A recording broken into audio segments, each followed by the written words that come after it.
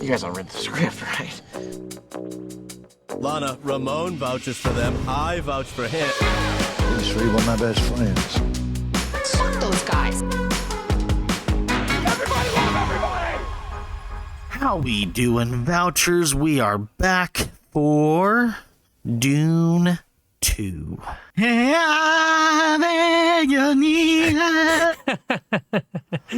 It's so good. Yes, fuck yeah. I have with me the always funny, the slightly racist, Eric Westfall. Hey, everybody. That's kind of incriminating. What's up? And with voices and always being funny, Mr. Abraham Lincoln. The human soundboard, how you doing? Beep, bop, boop, beep. Living and breathing. So, Eric, what did you think of Dune 2? Oh, my God.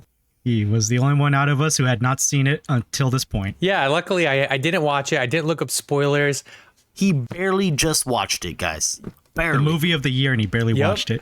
I waited my happy ass. I literally watched it just a couple days ago. And there was plenty of things that were incredible about this movie, and we will break those things down. I love that they continued the theme. They could get away with this in the fucking 60s, and I just love it. And it's the trope of the hero is just so fucking cool, and he only gets cooler, and I love it so much. He feels like an anime protagonist. I love every part of that. But I still think my favorite shit ever is the fact that Christopher Walken is the Emperor.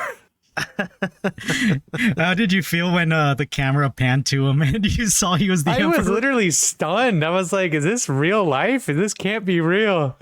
I turned to my father. He said nothing.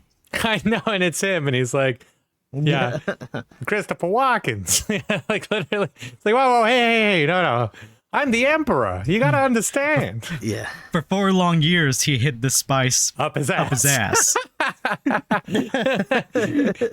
You come in here, you destroy my spice trade. I've got the universe up my ass.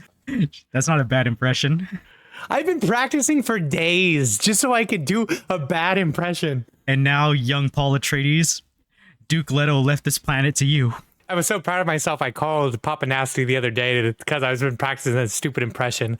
And I'm like telling him, I'm like, Paul walks in at the very end of the movie. We'll get to that later. But he's just like, Paul Atreides, you think just because you go to Burning Man for a weekend, you can be Emperor of the Universe. That's just not how it works. That's one way to call the Water of Life ritual Burning Man. I know. Dude, that's what I was thinking, dude. Like, that's fucking good. That's so good. Yeah, dude. Sandy fucking hopped up on spice. No, your Christopher Walken person is good. The problem with it, you're doing it too fast. You have to do a little bit slower. You gotta be like, Yeah, he talks a little slower. Paul Atreides. You're sounding a little Italian right there. Yeah. Wait, who, me or him? Paul Atreides, you don't understand. You think that just because you went to Burning Man for a weekend, you want to cause these problems, but now I'm going to fuck your mother. All right. Very Italian. Yeah. Yes. On the Patreon, please. Okay. I'll be doing cameo soon, guys. Cameo of very horrible impressions, and then Abel will do them as well, luckily, and you're just going to get the Yeah. Well, Eric, with that mustache, you look like an Italian butler from the 1950s. You look Let's like... go. He looks like he did it in the murder mystery. If he was in a murder mystery, he did it. He absolutely I did keep it. getting told I look like a firefighter, so I appreciate that. An Italian firefighter. That's what you look like. My favorite part of the movie was the fact that Christopher Walken's in it. Abel, when you saw it, what was your favorite part of the movie? I would have to say just like the scenes where Lady Jessica becomes their new Reverend Mother, and she's basically turning them into a fanatical cult over the course of time. And she's like low-key a little scary sometimes. Very fucking scary, dude. Holy shit, she had some scenes. The scene after Paul drinks the water of life and he becomes Lisan al-Gaib, Spoiler. and he's just walking with that swagger, just like, I am the one who leads the way. I'm not afraid of anything. Like that scene where he's walking through the desert and it's just like complete silhouette. No, Abel said a really good point off air. He had said that fucking Timothy Chalamet gave amazing Darth Vader vibes throughout the film when he's becoming the Lisan al-Gaib, and I was like, I didn't see it, and then rewatching Dune 2 a couple times, I'm like, holy shit. Well, the first time I saw it, but... It reminds me of Anakin marching on the Jedi Temple vibes. dude, I was like, oh, fuck. And just like that look, that fucking, just that anger in his eye. I'm like, God damn, Abel hit on the nail on the head with this fucking, with how he said it. But I just kept seeing that. I'm like, damn, that is so good. He does give that fucking vibe off. And I was rewatching it last night. Just like certain scenes that I wanted to take notes on. I was like, wow, like Abel, like fucking great job on that, bro. It's kind of like the memes I saw where like this dude's range, like this guy went from singing a world of pure imagination to becoming fucking Darth Vader essentially. That is a trip to see the two there. You're like, I didn't see it, but my girlfriend watched it and she's like, you want to watch it with me? I was like, yeah, go fuck yourself. I'm not going to watch this. I want to ruin Paul for me. Denis Villeneuve knew he was cooking. But no, he's a great actor. Son of a bitch. What about you, PapaNasty? What was your favorite scene in the movie? Probably the when Paul and Channy, spoiler alert, have sex. That was probably my favorite scene because it lasted a whole 5 seconds. I was like, this is amazing. Eat your heart out, This is Tom what I came Holland. here for. Is it just Yeah. I forget. Is it just implied? Because I know they go in for. Oh wait, you're right. I remember now. Yeah. No, they've been, it's a stupid scene, but they just, no, it's implied later on when they're situations, when they're Yeah, like because in they're the supposed to tent have together. kids for the sequel. Yeah, that's what I was gonna start. That's what I was gonna start with too. Was before we even begin the episode, there is technically a time skip that happens, and so we have to kind of address what's not. Supposed to happen. Yeah, that's not. They don't show that in the movie. Yeah. No, that's Abel's part there, Eric. That's not your Nope. part. So I have nothing today. I'm the joke master today, everybody. Know your role. Nobody's safe. yeah, no, sorry about this, Vouchers. Eric just had a line like usual. Jeez Louise. Here's my PapaNasty impression. Hey, it's me, PapaNasty. my shitty Paul. It's my shitty Christopher Walken impression. That is so terrible. You fucking Wario looking motherfucker. Wow.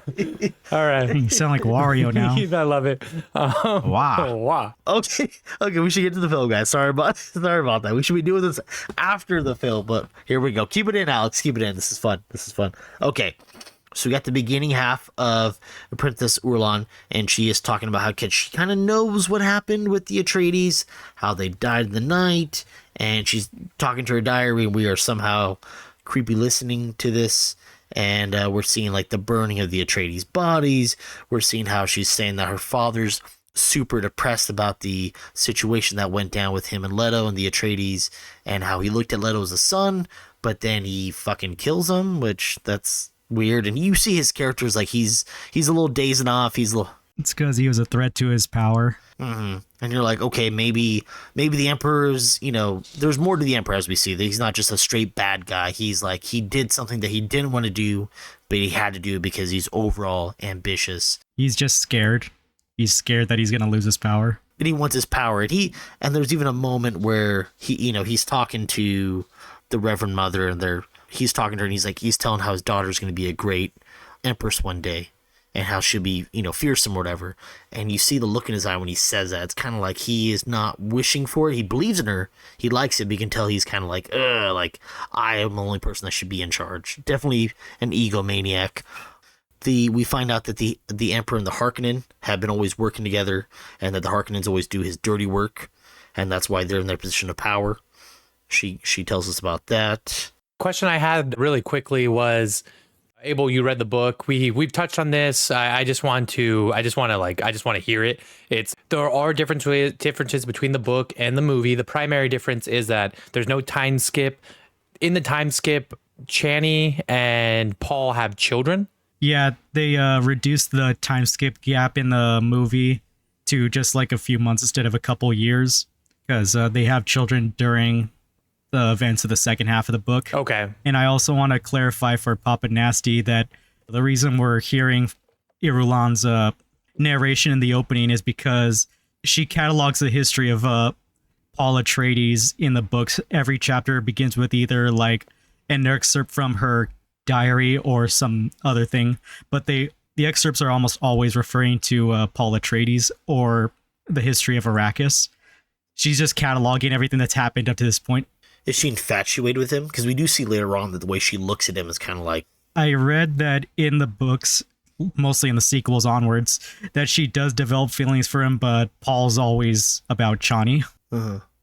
And He takes her on as like his queen so he could become emperor, but it's like a in name only type deal. Like he has like zero affection for her. He does not care for her. She's just there. And the only thing she's really allowed to do is just write about him. I believe the word was like from the first movie was concubine.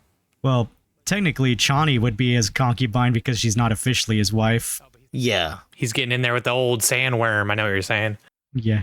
Yeah, he's officially with Irulan to make his title legitimate. Yeah. Erlon's a princess, so she's, yeah. Eric. Value women. This is an intervention for Mr. Eric Westphal. Damn it. Not live on the pod. All right, everybody. Here's the Patreon Sorry, episode. It's going to be me talking shit while they give me an intervention. Are you ready? Let me get drunker for this. No, my question was, Erlon, she is infatuated with Paul. Does that ever, like, do they ever talk about, like, oh, is she, how she's into him, or is that just something that I'm misreading? I haven't read the sequels yet, but from what I gathered is it's more of like a one-sided affection / crush on him, but she knows that like his heart belongs to Chani and he will never give her the time of day. Damn. Interesting. Then we do, going forward, we start getting a scene where Paul is talking to his baby sister inside of Jessica's womb.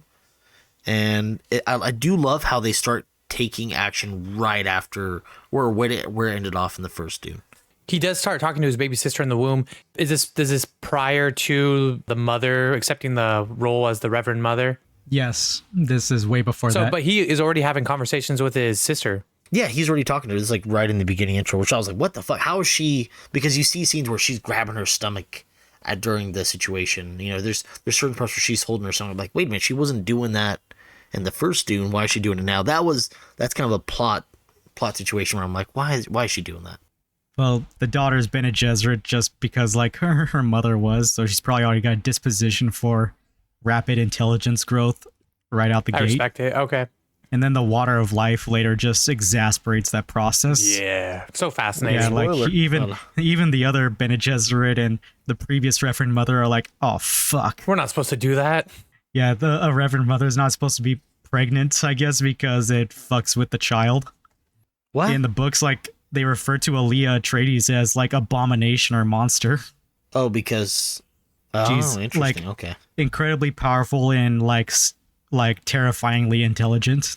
Yeah. Well, they picked the right actress to play that role too. That lady she's something. She's not unattractive. She's attractive, but then those eyes. Anya Taylor-Joy. Dude, she was Yeah. in Queen's Gambit. Did you watch that one? Fuck yeah, dude. That was great. That'd be a good one to do like a short little series on. But yeah, no, I do like her. I do like her a lot. She does a really good job. Yes.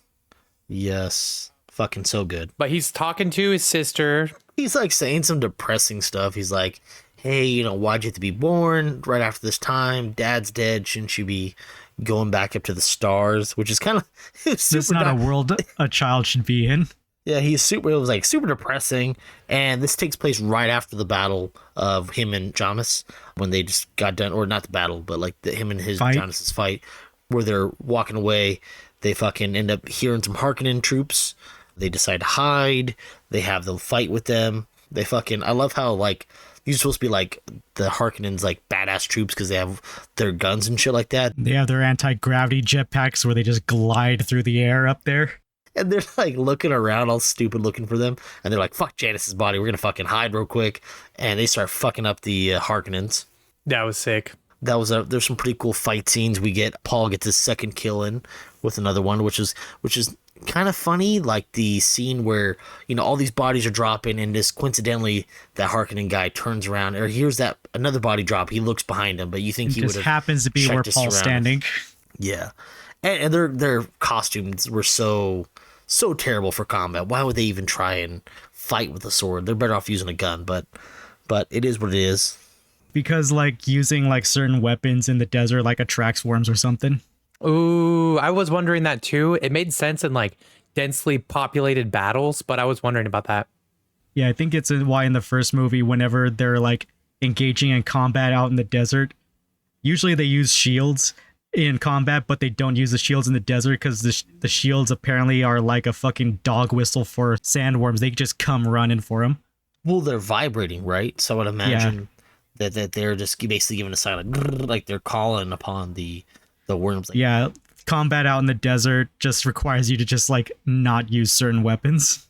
We see Jessica run a 40-yard dash in less than fucking 2 seconds. I don't know how.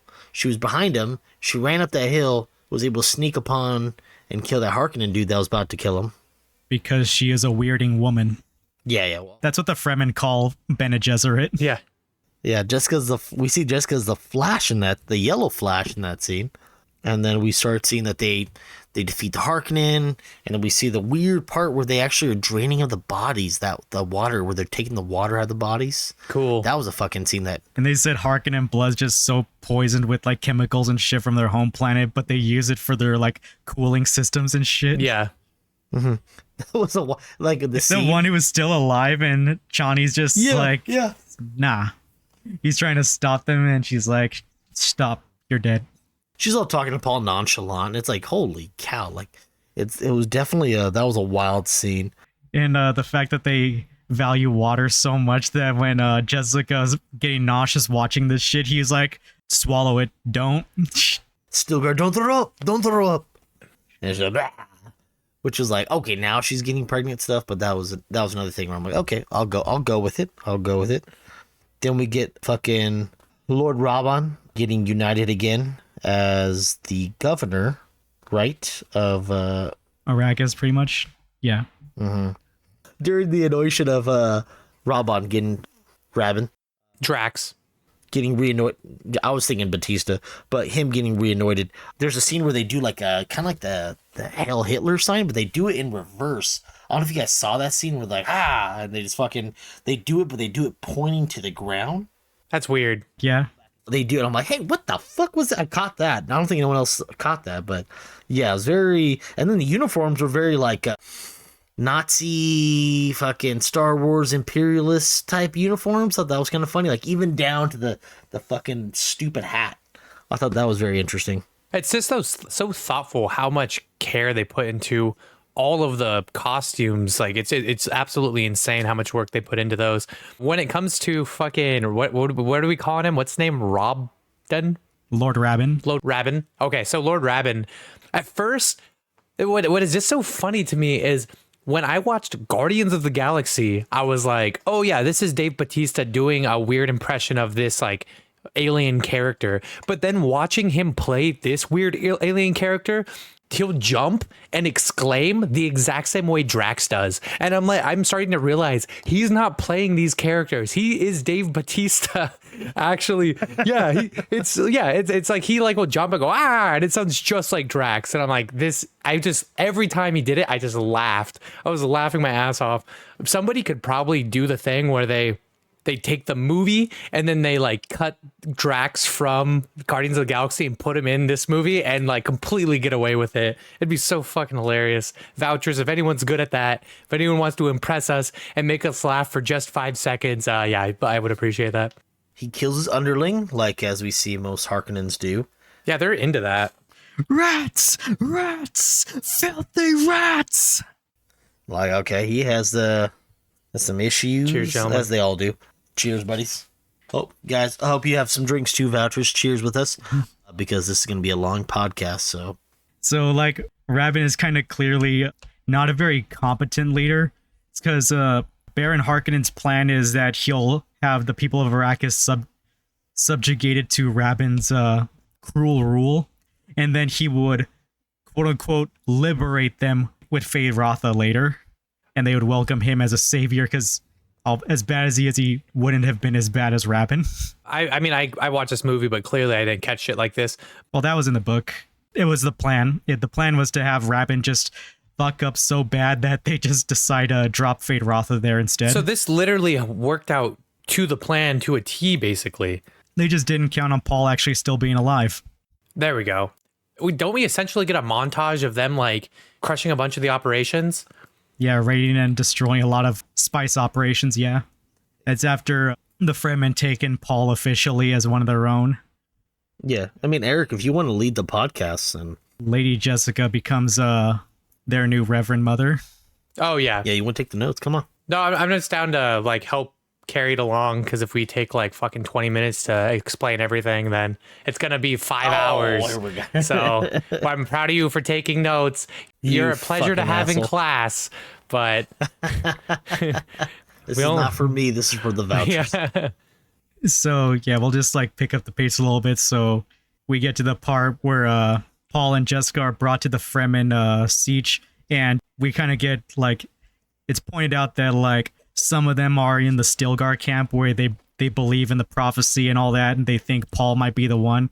And then we have people like Chani who are the skeptics, and they're like, nah, it's Bene Gesserit propaganda. There's no fucking way he's the one.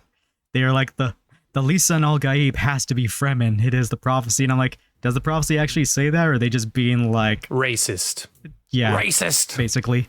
We do get to see that Stilgar's a bit of a fanatic, and that when he goes to the council and is saying like, hey, guys, like he might be the one, they're kind of mocking him, they're kind of pushing him off to the side. Then he's like, no, like there are signs. He starts giving his side, and then they're like, well, what about his mother? And that's when he's like, well, she can be the Reverend Mother. And he's kind of like, hey, like he pushes for Jessica to be. Yeah, like we can use these guys for something, basically. Hey, PapaNasty, isn't it almost hilarious how like fanatical Stilgar is about it? I that is one thing I thought was funny, was just no matter what came out of Paul's mouth, he would say that just reinforces why he is the Muad'Dib. Like, for example, Why is Muad'Dib? yeah, he's like, Paul's like, no, it's not me. I literally am not the Muad'Dib. And then he's like, that's what the Muad'Dib would say, because he would have humility. Yeah. You're like, and wait a And then minute. he'd be like, as written. Yes. That was so good. So I remember reading this one Twitter comment that basically sums up what Stilgar is supposed to represent. Stilgar is like your crazy uncle at the cookout who is like a big ass conspiracy theorist, and it's kind of funny and endearing. But then as like the political landscape starts to shape into the things he believes, he realized it's actually kind of scary how devoutly he believes this, and he would like throw everything he has away for it.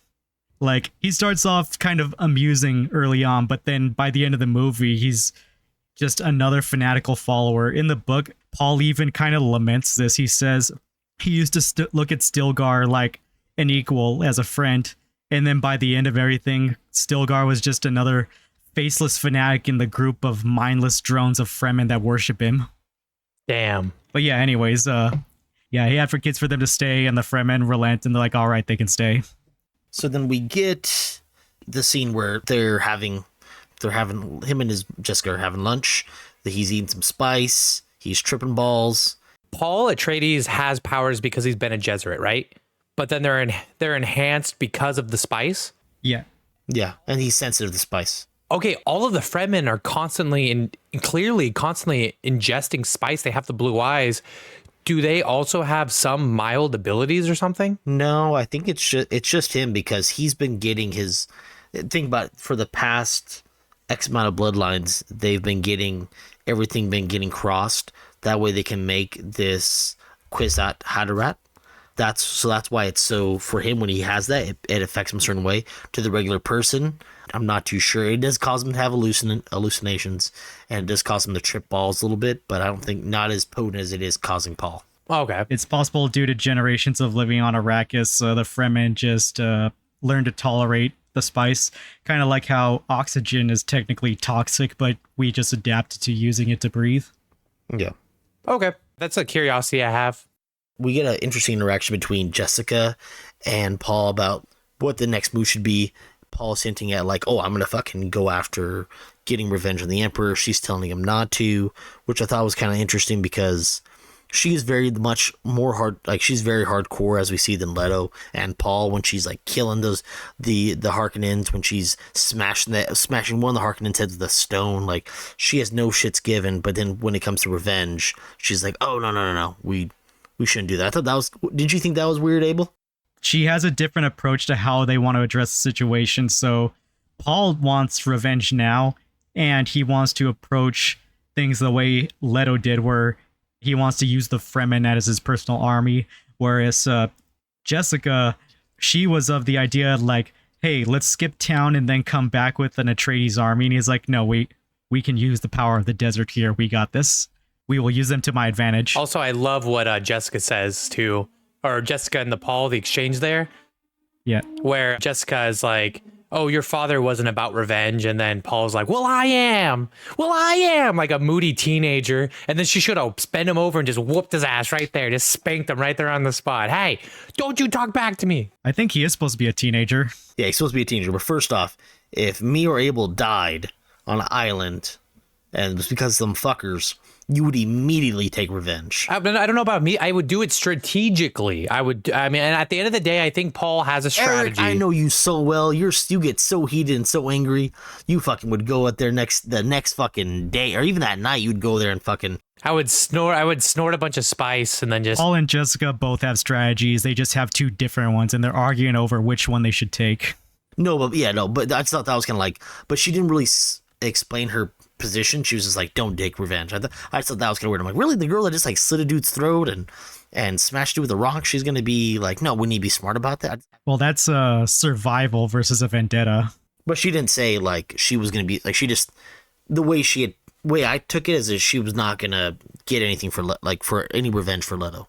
I don't remember if it was like specified in the movie, but I know in the book it's because her plan was to leave Arrakis and raise the Atreides army back from their home planet Caladan or something like that. Yeah, they were stuck there. Yeah, maybe that's the difference between like the movie and the book.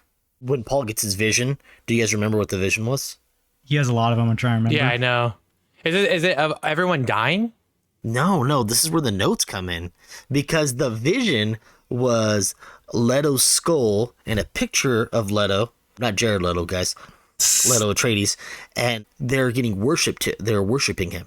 And that's a brief like flash vision that I had to pause and look back on that you see. They're worshiping Leto, so he's like a martyr almost, or?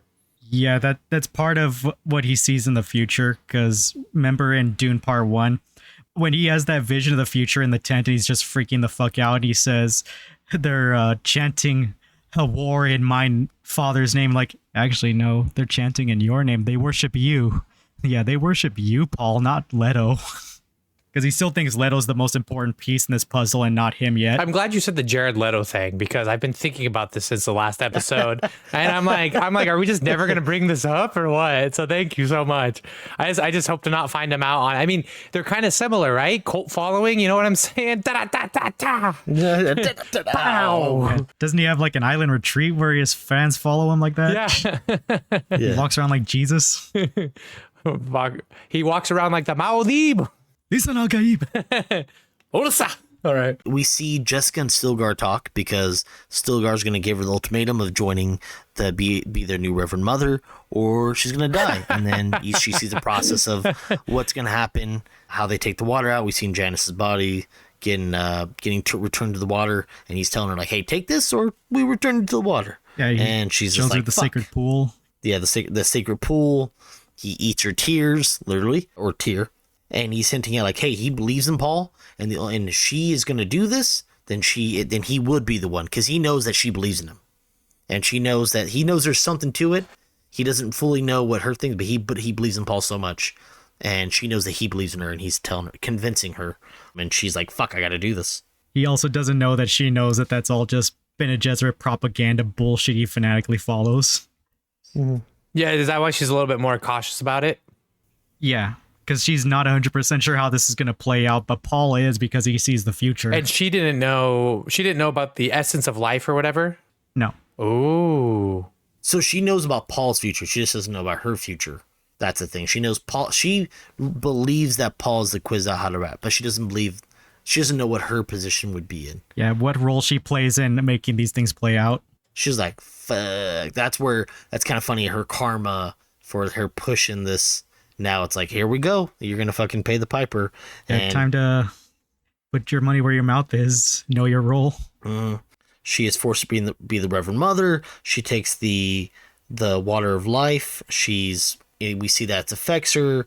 And then we go outside and we see that she is passed out. And then that Paul is learning to understand the politics, and like there's different tribes. There's a South tribe, there's a North tribe, and that they all have different beliefs. Yeah, do you remember the distinguishing factors between like the North and the South?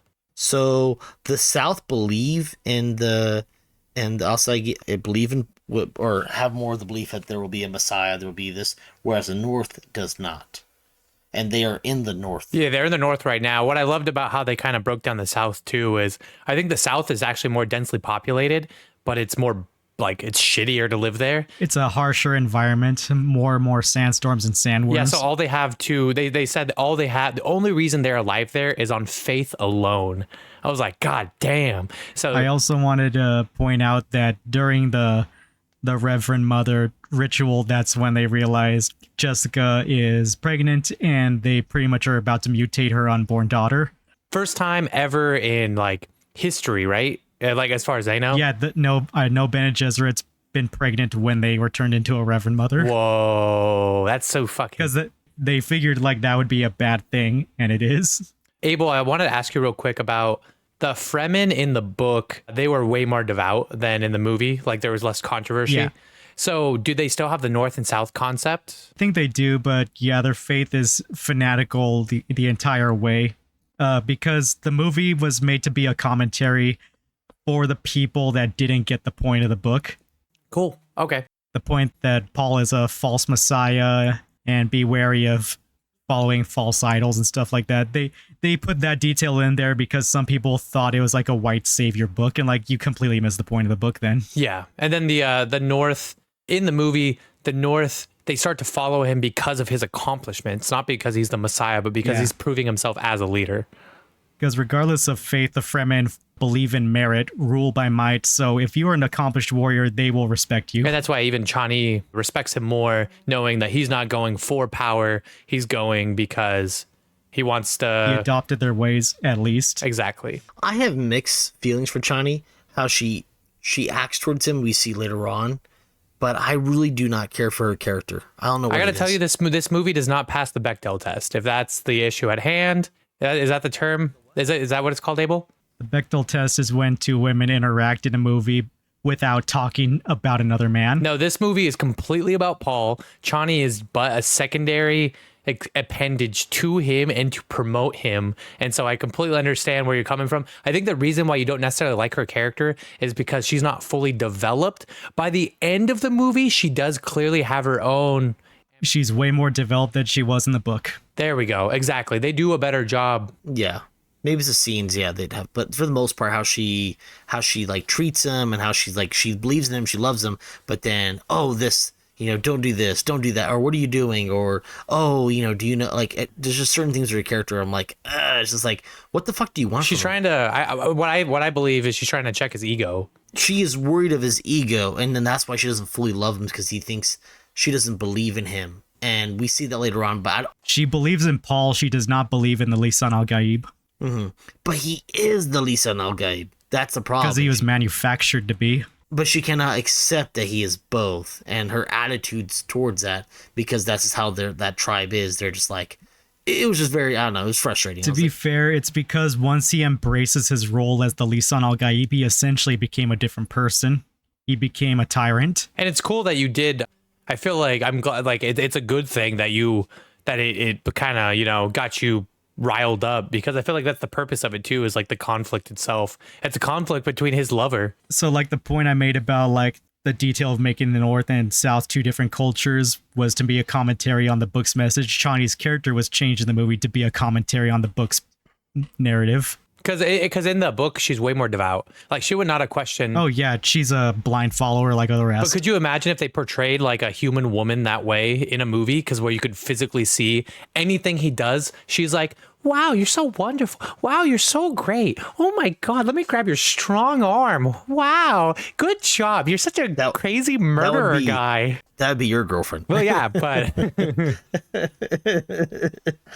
My girlfriend's like fucking beating me every 5 seconds. Your girlfriend would come out with the chancla if you try to like lead a holy war. Bro, you got mad at Chani because like, come on. you got mad at Chani because that's what Alma would tell you. That's what Alma would. She would come in and she'd be like, "What the fuck? You think you're the Messiah? Get your shit together." You are not the Lisan al-Gaib. Yeah, you're a. I don't give her getting worse. Watch Nacho, goddammit. Yeah. Damn, we figured it out. Actually, wow. Now come back inside and feed Nacho. Way too close to home. I'm crying on the inside, Vouchers. Jessica lives, everybody. Jessica lives. Yeah. She survived the poison. She is now the Reverend Mother. Yeah, she is now the Reverend Mother. Paul explains to them, hey, he's not the one. you know, like guys, like this is what she's trained for, and Stilgar's like, He is too humble to be the Lisan al-Gaib. That is even more reason why he must be the Lisan al-Gaib. he has the crazy eyes. He's just totally about. I love those scenes too. He's like, We're slowly seeing Stilgar turn fanatical in front of our very eyes. Because remember when we first met him, he seemed like a cool, level-headed leader, and now we're just watching him kind of just turn into like a cult leader. we have an interesting scene where Paul visits Jessica, and Jessica's still recovering, and she is saying to Paul, like, I drank the water of life, and she's still like, dude, like, you know, she's still getting over it, and she says that the daughter Aaliyah. speaks to her, which I thought was creepy, like that was wild. It's supposed to be creepy. And then she says that she has a message for Paul, and she's the first person to call him the Kwisatz Haderach, which I thought was very interesting, because we always assume, but the little sister is the first one to call him that. Yeah. So do you know how that when a Bene Gesserit becomes a Reverend Mother, when they drink the water of life, it allows them to take in all the memories and collective life experience of every previous Reverend Mother before them. The thing is, because she was pregnant with Aaliyah is now 4 months old, whatever, with that intelligence, which is why she now has the ability to speak and all that. Mm-hmm. Here's the question I have. Twofold. Reverend Mothers, the only way to become one is to drink the essence of life. Essentially, or whatever culture's variant of it. Yeah, which Jessica explains in my notes. Okay. And also certain training. Yeah. Okay, so that's what I was wondering. So they have a bunch of them, don't they? Pretty much one for like every homeworld type deal? Pretty much, yeah. Okay. And they've for every culture, how the hell have they not come up with checks and balances for the women that are bred to get pregnant to be like, oh, we should probably check if she's pregnant before she drinks the shit? Typically, they were trained to follow the order blindly because they're all working towards a common goal. Jessica just went off the rails because the man she got partnered up with happened to be the hot Oscar Isaac. Well, so she should have known herself because she knew she was pregnant. There's no way she didn't, right? Well, her hand was kind of forced there because, like, Stilgar said, well, we'll have no use for you if you don't become the Reverend Mother. And then if she would have said, I can't, I'm pregnant, then he's like, well, I guess I gotta kill you. Yeah. All right, I'll take that headcanon. I respect it. Her hand was kind of just forced. She had to do it. And also, it's unprecedented. They did not really know what would happen if she was pregnant. It's like, imagine in a world where, like, we didn't do studies about, like, alcohol or smoking use while you're pregnant. Like, well, I don't know what it's gonna do, so we'll see what happens. And I gotta tell you, at the end of the day, it would not have made a very interesting story if she was not pregnant. So I'm glad that they added that element because it's so fucking fascinating. The Reverend Mother was also, I was like an hour or two away from dying, so I don't think it was one of those like, hey, let's just check your vitals and how's your blood pressure? What's going on here? Hey, Yeah, no, she had to do it now. Yeah, any history of drug abuse? What's going on? I don't think it was that. I Yeah. think Yeah, actually, we're about to give you the craziest drug in all of the galaxy. Any history of drug Yeah, abuse? I imagine, because Bene Gesserit women are very, very, very hard to come by, so Jessica was probably the only viable replacement they had. Mm-hmm. Okay, hell yes. So then, boom, we have that creepy scene where she calls him the Kwisatz Haderach, this little sister, and then Jessica's telling him, like, you need to drink the water of life. That's going to open up your eyes. And Paul's like, no. He says, no, I'm a teenager. I'm not going to do anything you say, Mom. Fuck you. He turns into Cartman right there. I was like, wow, bro, chill. At this point, the story is very apprehensive of becoming the Kwisatz Haderach because he doesn't want to play into that Bene Gesserit propaganda, yet he wants to organically lead the Fremen and not abuse the Bene Gesserit propaganda. True. I got to say, Rebecca Ferguson, who plays Lady Jessica, fucking great actor. There's lots She's of amazing. scenes where it's just fucking, she is creepy, she is wise, she is killer, she is just, there's just so many interesting scenes with her, and just her facial, just her facial expressions, her manners, her fucking overall tone. I thought it was amazing. I thought she killed it. My favorite scene with her was that scene where we just see her alone watching the Fremen, and she's narrating to herself in her head to her daughter, I guess, and you just kind of see like the facial like expression just slightly, very, very slightly change as she's saying it, where she's like, we must convert the non-believers. And she just slowly starts going from looking like distant to like very cold and evil looking. Creepy, dude. So creepy. I loved her in Doctor Sleep. She plays the villain. It's the sequel to The Shining. I've been wanting to watch that.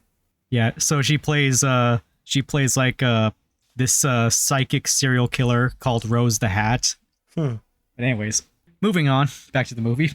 Interesting. Back to the movie. So then when Paul has to do the test where he has to go to one side, back to the other, to the south, he is making his way. Chani helps him, calls him out, helps him, possibly cross how to sandwalk properly, not just from watching the films. He makes the journey. He comes back, and then we start seeing Chani teaching him the ways of the Furman. I thought it was funny how he tried to correct her because he's like, well, what I read in the books was, and then he stops himself because he realized, like, why am I trying to correct a native on how they live here? Yeah. I'll hear you out. Yeah. Yeah, it's like Eric trying to mansplain to me every time I'm telling him how to do something. Well, that's interesting from my YouTube videos that I watched. Yeah, I know. Whenever PapaNasty's trying to... From the video I saw on Pornhub, you're supposed to thrust like this. You're supposed to braid your pubes like this. What the hell are you doing there, PapaNasty? Goddamn. Yeah. It's called a fishtail braid. You just want to understand? Goddamn. Yeah, I love how Paul in that scene too. He says when I keep calling her Zendaya, but when Chani's telling him, explain to him this and that, he's just looking at her like, oh, like just all in love and blah blah blah. Is this when they go in for the smooch? I think we get like a tiny, we get them like kind of just falling in love, and then we get a montage of them just raising hell against all the fucking Harkonnens and shit. We get that scene where they attack the spice carrier and stuff. Yeah. Yeah, we get them attacking the spice crew, and then we see Paul get some more kills. I think he gets up to I was taking down his kills. He gets like his 4th or 5th kill. Dude, great scene when they're taking down the spice carriers is when... Great fucking fight scene. When Chani's about to blow a hole, and when the side of that fucking... Is that what she's trying to do? She has that grenade launcher. He has to load it, and then she's sitting there ready for it. And then like Paul, like one of the soldiers, Harkonnen. one of the Harkonnens get past him, and then he's like, oh fuck, but then she turns around and hits him with the grenade launcher, boom, and then she's like, reload, and you're like, you're a fucking badass. Yeah, reload you. You know what's funny? I was noticing too, there's no fat Freeman. I wonder why. Is that a commentary on the... Is that a commentary? What is that? They have to be in shape because the fucking all the fights and all the bullshit, the hardcore lifestyle. But I'm like, yeah, they probably don't eat a lot anyways. Yeah, they're all like in shape and jacked. I'm like, oh, that's interesting because like there's a scene where they're like underneath the fucking machine, they're crawling. I'm like, none of those motherfuckers are fat. That's fun. I thought that was kind of funny. I don't know, just like a little side. And plus, you mentioned what you saw what they ate too before, that they just seemed like they had no solid foods there. They eat rations essentially. Yeah, that was different. That was me and Eric were talking off screen. He's like, so I know they piss in their suit, but do they shit in their suit? I'm like, I don't know, dude. And we were talking about it, and I was like, I don't even know if they have solid shits because they don't eat anything solid. Like this is, you see them only time they're eating something is like a soup or like a paste or something. So I assume they just have diarrhea all the time, but that's just like an ignorant, stupid. So they just eat Taco Bell all the time. Theory. Is what you're trying to tell me? All right, yeah. They don't have fiber on Arrakis. No, there's no fiber. So we get that they attack that Furman spice run that they're trying to do. We fucking see them kick some ass, and bam, they have their fucking first win. Paul and Chani take down the thing. Those laser weapons that they have? Why the fuck are they not using them all the time? They don't work on shielded things. But that thing isn't shielded. No, but the helicopter was. Interesting. But you think they could just... I thought that was kind of interesting. I'm like, that's a good weapon that they have there. Yeah, the whole point of them attacking the helicopter was they said they had to shoot at it at the same time it's shooting at them. In terms of military defense, which I know nothing about except for Call of Duty, is there's artillery you use against fucking... against vehicles and stuff, and then there's artillery you use against other human beings. Is my speculation according to my Call of Duty loadouts. But I'm not sure what perks they have on, because clearly they have Marathon and Commando Pro on. Yep, Marathon, Commando Pro, Assassin, Ninja. Yep, they have Ninja. You can't hear their steps whatsoever.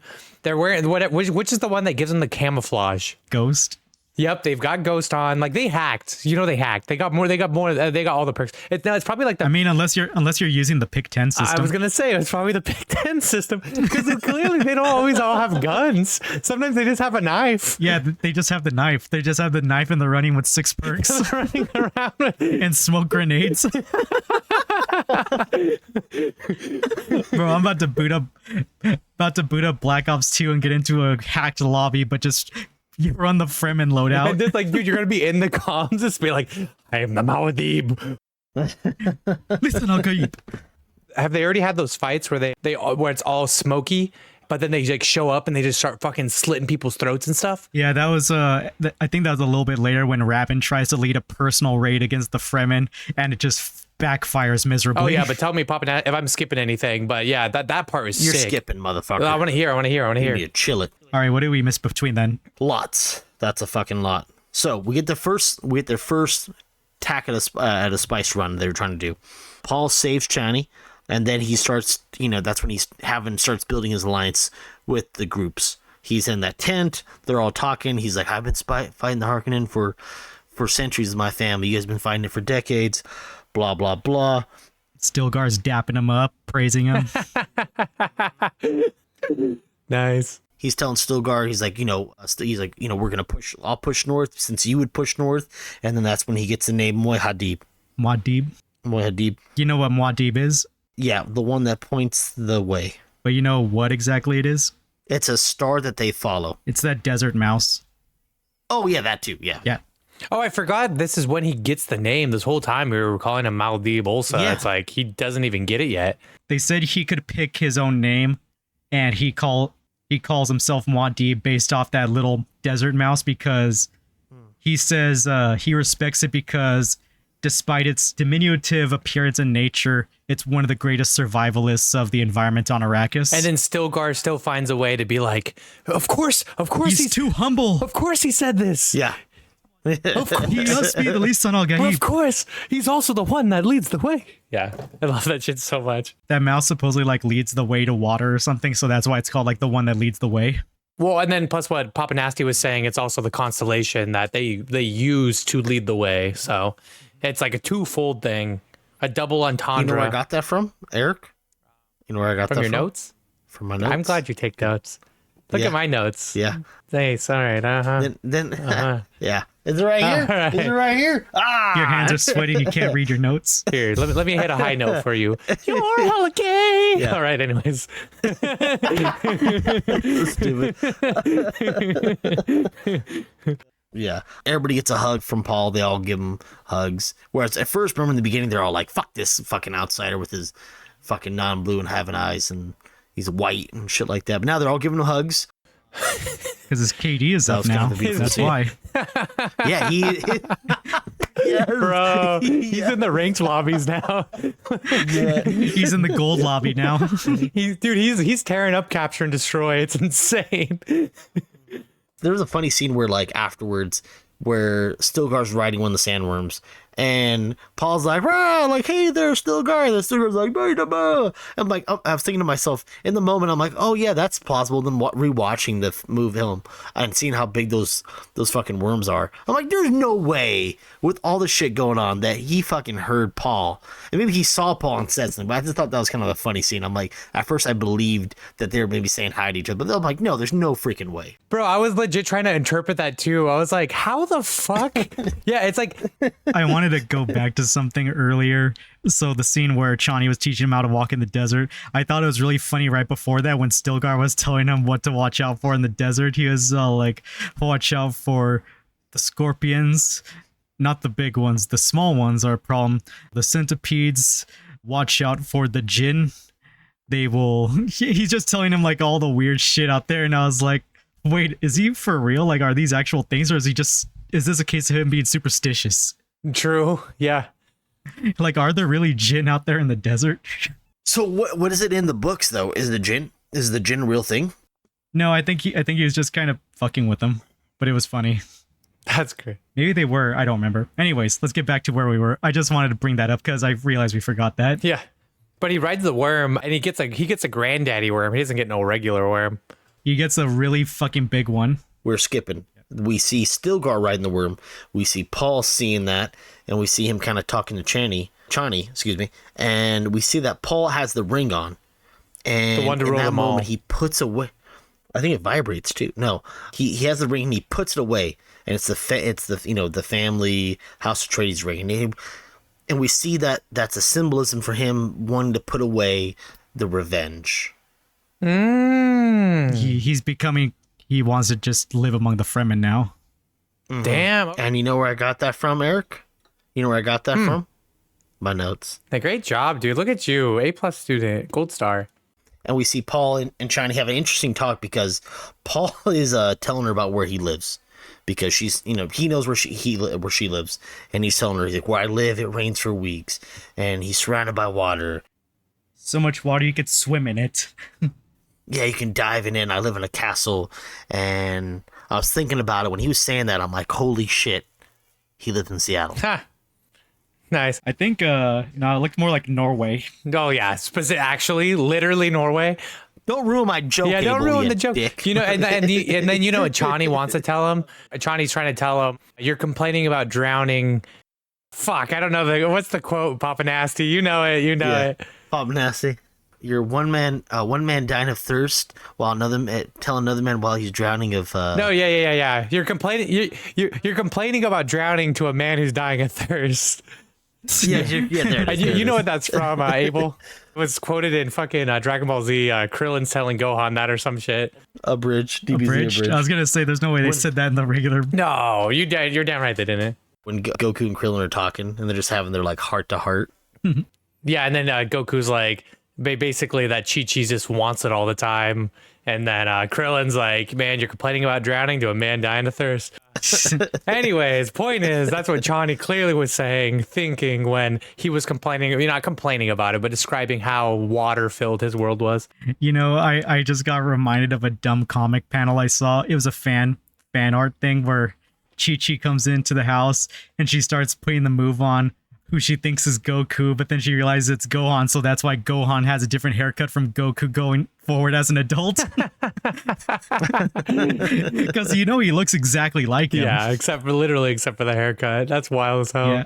But where were we there, PapaNasty? Oh, so they're having the Chani and him are having the romantic talk about where he comes from, blah blah blah. He's asking her what her name is. She says it's like spring water of desert, spring water, and that just got me thinking of what Eric's secret name is, and that's Meow Meow, folks. Yeah. If you don't know. Yep, and then Wolf over here, PapaNasty over here, Wolf. Don't forget that. Yeah, Eric dresses like a furry sometimes, and I will chase him around the house. Meow. Nothing will happen, of course, because it'd be cheating. And then Abel's is Woof woof. What would Abel's be? No, I'm. We got Wolf. We got Meow Meow. What would Arf, arf, Abel's secret name You got be? Bok over here. Bok Bok. I feel like that's kind of racist. What is that? He's not even Asian. I don't. Oh no. No, I remember Oscar used to call me Akbil Muhammad. I like That's that. not fun. That would be your name in the Dune universe. I don't know if that's. Yeah, I don't got a good one. Fuck. I wonder if there's like a Dune name generator. All right, so Abel's name in the Dune universe, you have a few options. Do you want to be Diego Zavala, Andres Valdez, Marcos Acevedo? Man, they just said, hey, you're a Mexican and you're in this universe. I'd go with Zavala, like Commander Zavala from Destiny. Oh, they all sound like boxing fucking champions from back in the day. All right, PapaNasty, let's see what yours is. I put your birth name, your birth. It is struggling. It is struggling. Yeah, it's like, are you sure he's not in the Dune universe? He broke the algorithm. They're like, these aren't real names. They're like, did you put a Dune name in already? Because there's no way this is real. Yeah. Guys, so little vouchers, a little inside secret. If you're listening, my real name is really wild. That's why I just go by the alias of PapaNasty, because it's just so different and so unique, and not in a good way, in a fucking terrible way. So that's why I go by PapaNasty. He is too humble. That is why he must be the Lisan Al Gaib. Oh God. He is the Lisan Al-Mahdi. Yeah, oh shit. All right, for some reason they really do keep picking them. You get to be Raul Santiago, Cruz Hernandez, Mateo Alvarez, Diego Garcia. I don't know. Is this a Dune name generator or is this the Narcos name generator? This is yes. I think it's racist. I don't know. Let me put my name in and see. That's crazy as hell. I don't know how it doesn't that narco gym. If it gives me like Your name's gonna be Nico Hulkenberg or something. I swear to God, if it just gives me a fucking a Mickey Mouse name, like okay. It's gonna give you a German name. Oh my God. Yeah, it just gave me these white ass names. Wyatt Eastman, Daxton Weston, Roderick Westlake, Anderson Wesley, Thatcher Westwood. I mean, that Thatcher, that does sound like something that would come off of Paul's planet. All right, well, I guess we're all Atreides. We didn't get to choose. We don't get to be Fremen. They told us for us. I like Eric West. That sounds good. That does sound good. You know what's crazy? I had a teacher West. named Eric West. And now you're the master. Yeah. I know, it's nuts. I was like, how is this possible? He never messaged me and said, hey, you have a nice name. I'm like, he should have, because it's like one syllable off, but whatever. Well, your guys' relationship was just physical, right? Like there was never. I mean, it was like talking. remotely sensual. Like he would cry a lot, but it was usually like in like during like sexual activities. So, but I never acknowledged it because I didn't want to get that close. No, I get you. Were you a top or bottom in this situation? I mean, come on, look at me. What do you think? Power bottom? Yeah, absolutely. Threw it back like no other.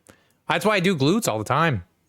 That's why I try to teach Abel deadlifts. When I saw you last, I was like, Eric, you've been in the glutes. I've been trying to. I was impressed. Well, I have to. I mean, I got the thickness. You know, I gotta get down with the sickness kind of thing. You don't want the streets to know that you're loose. I know. I gotta turn it into a bear trap. So if ever I go to prison, that's the idea. Before I go to prison, I'm gonna get like little teeth implanted.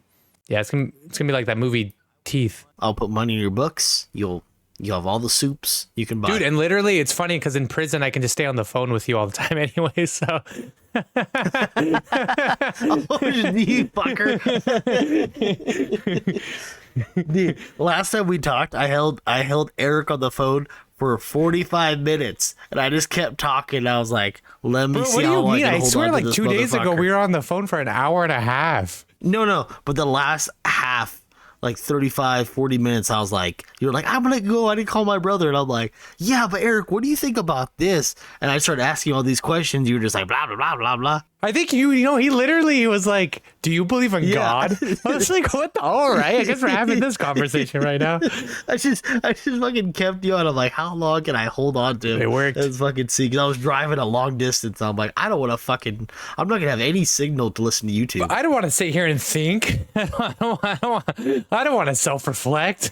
Yeah, no, I got enough issues right now. I don't want to fucking be alone with my thoughts. Dude, that's fucking Paul. Dude, that's Paul Atreides 100%, though. It's like, he's just like going full force. Like, if he sat down to self-reflect, he's like so scared because he does have that vision that that everyone's going to die if he goes to the South. I don't think it's happened yet, but he does have that vision at some point. He does have that vision. We see that finally Paul and Chani, they fucking kiss like we all wanted to. They kiss on the hill. It's a beautiful scene. We see them get a montage of them taking down Spice Production. Hans Zimmer. I want you to note that very song that plays when they kiss, because it comes back later in a different key for a very key scene. Ooh. Okay. Abel with the hot While we're take. talking about music real quick, something hilarious I found out was after the first Dune movie came out, Hans Zimmer was so obsessed that he kept making Dune music and he kept sending it to Denis, the director. And then the director is literally like, dude, we're done with the movie. It's in the box office right now. Stop sending me music. Oh, shit. Bro cannot stop cooking. No, he got so obsessed that he just kept developing music for it. He went in, dude. It was hilarious. And then luckily they got cleared for the sequel. But other than that, it would have just turned into like a restraining order of like, bro, you gotta stop sending me Dune music. Please. Yeah. So they're taking down Spice Production. Paul finally gets his blue eyes. Holy shit, as if Timothée Chalamet couldn't get any more handsome. Ooh. He does. We see, Eric, you need a fan there, bud? Ew. World of pure imagination. Rabin killing some more slaves. We see Baron Vladimir fucking killing his fucking slaves. They're all tripping balls. They're super pissed. Paul is starting to get more followers as we start seeing.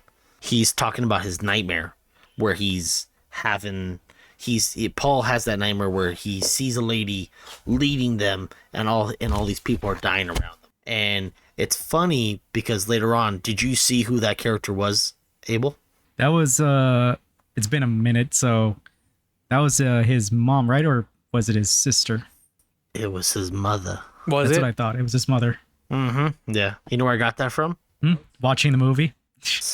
And writing stuff down while watching the movie.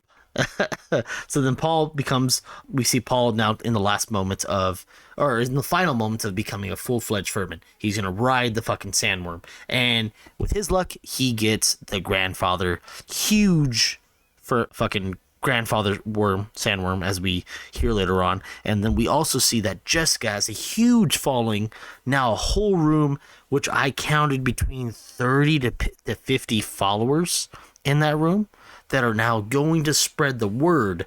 And now, granted, this is in the north where there's not that many followers. Spreading the gospel of the Lisan al-Gaib. Yep. And they are going and now going to spread. But she has a whole room there's like, and you could see their face. It was a pretty wild scene. You're like, holy shit. There's a big worm. Remember the big worm? All right. So he rides the worm. Even Stilgar is like, no, not that big. If I recall in the book, Paul says he went out of his way to try and summon the biggest worm because it would be the best way to sway the opinion of the Fremen that he is the Lisan al-Gaib.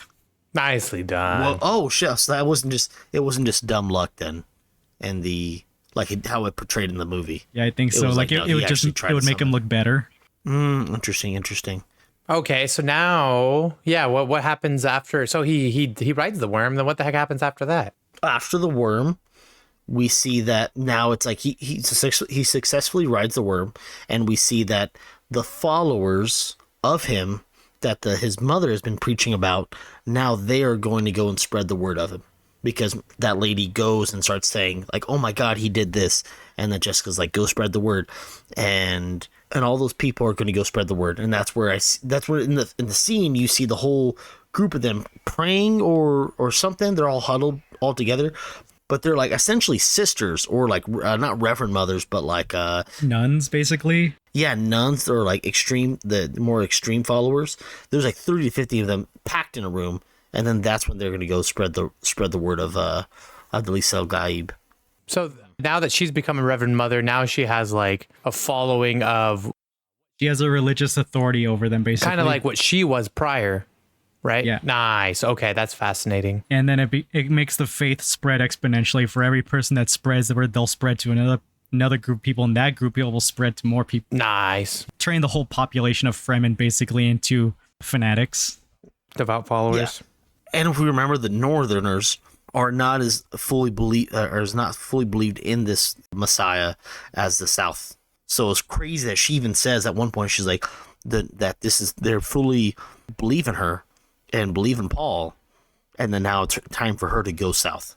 She says that later on, which I thought was kind of like a wild thing, because they were the ones that were not about it. Are we at the point where she like tries to propose to Paul to go south? No, we're just right there though. So we have that scene where they're all going to go spread the good word of Paul, and then Paul and Chani have some sexy time in the tent, because now he's a full-fledged Furman, and we kind of get a little scene. We already got kind of hints that they had something, but this is kind of like the one scene where, they're both hot and heavy. Cemented clothes all. are off.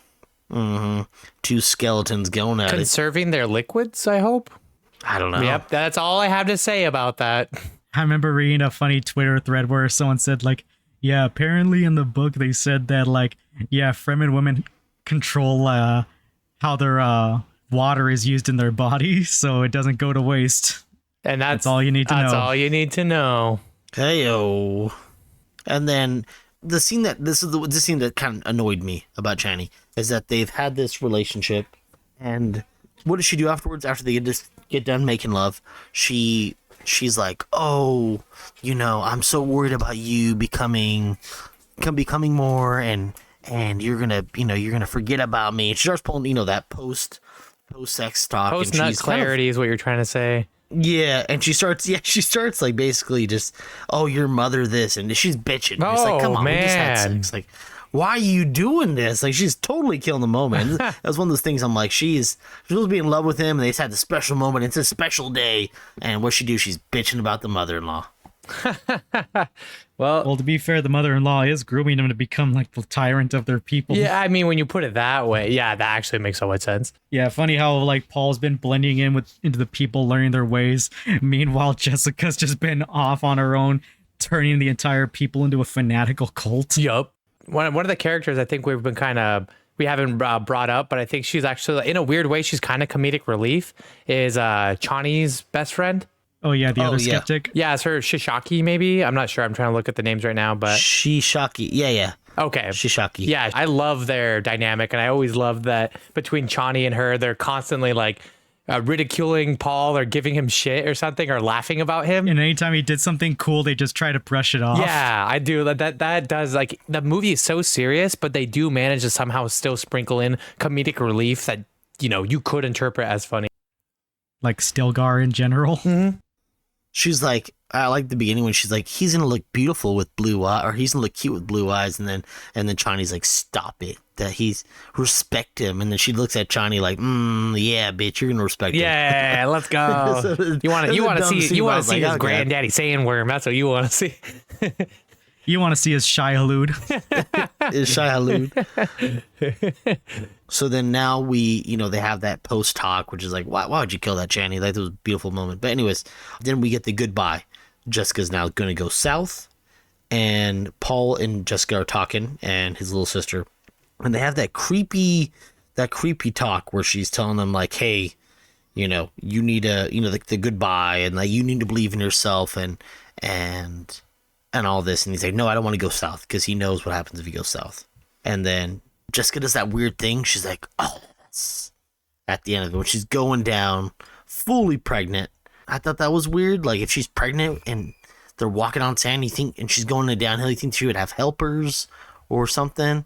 And then just the creepy interaction between like the little sister coming in and talking to her, which is kind of funny because you can kind of hear that actress's voice mixed in with Jessica's voice when they do the voice. Cool. Okay. Nice. I didn't know that. You know where you got that? From his notes. Yeah, just so you know, Vouchers. Eric was trying to shit on me for having notes, Vouchers. Yeah. Did they already have the scene where Paul dreams of his sister in the future? There's a little bit later. Oh, okay. So during the goodbye scene, when he's saying goodbye to Jessica, his mother, he gets that vision again that he had the nightmare of originally with Chani, and it's his mother actually leading him down that path that he's following with the people dying. And it's a creepy, because she looks at them, and I don't know, Abel, do you remember the scene where it almost seems like she's smirking a bit, like she's not smiling, but she's just kind of like, she's looking back at him. She has her, that look. It's because if he goes down this path, it's an omen telling him if he goes down this path, he will lead the Fremen into ruin. But also, who knows if it's this reality or an alternate reality, because he sees multiple realities at once. Well, there's that one old saying that says, war does not determine who is right, only who is left. And the weird part is she's unfazed by all the people around her. Like, the people are falling, they're worshiping and dying at the same time, which I thought that was that was cool, but she's unfazed by it, and she's still walking. Unlike Paul, she doesn't care about the Fremen, they're just tools for her agenda.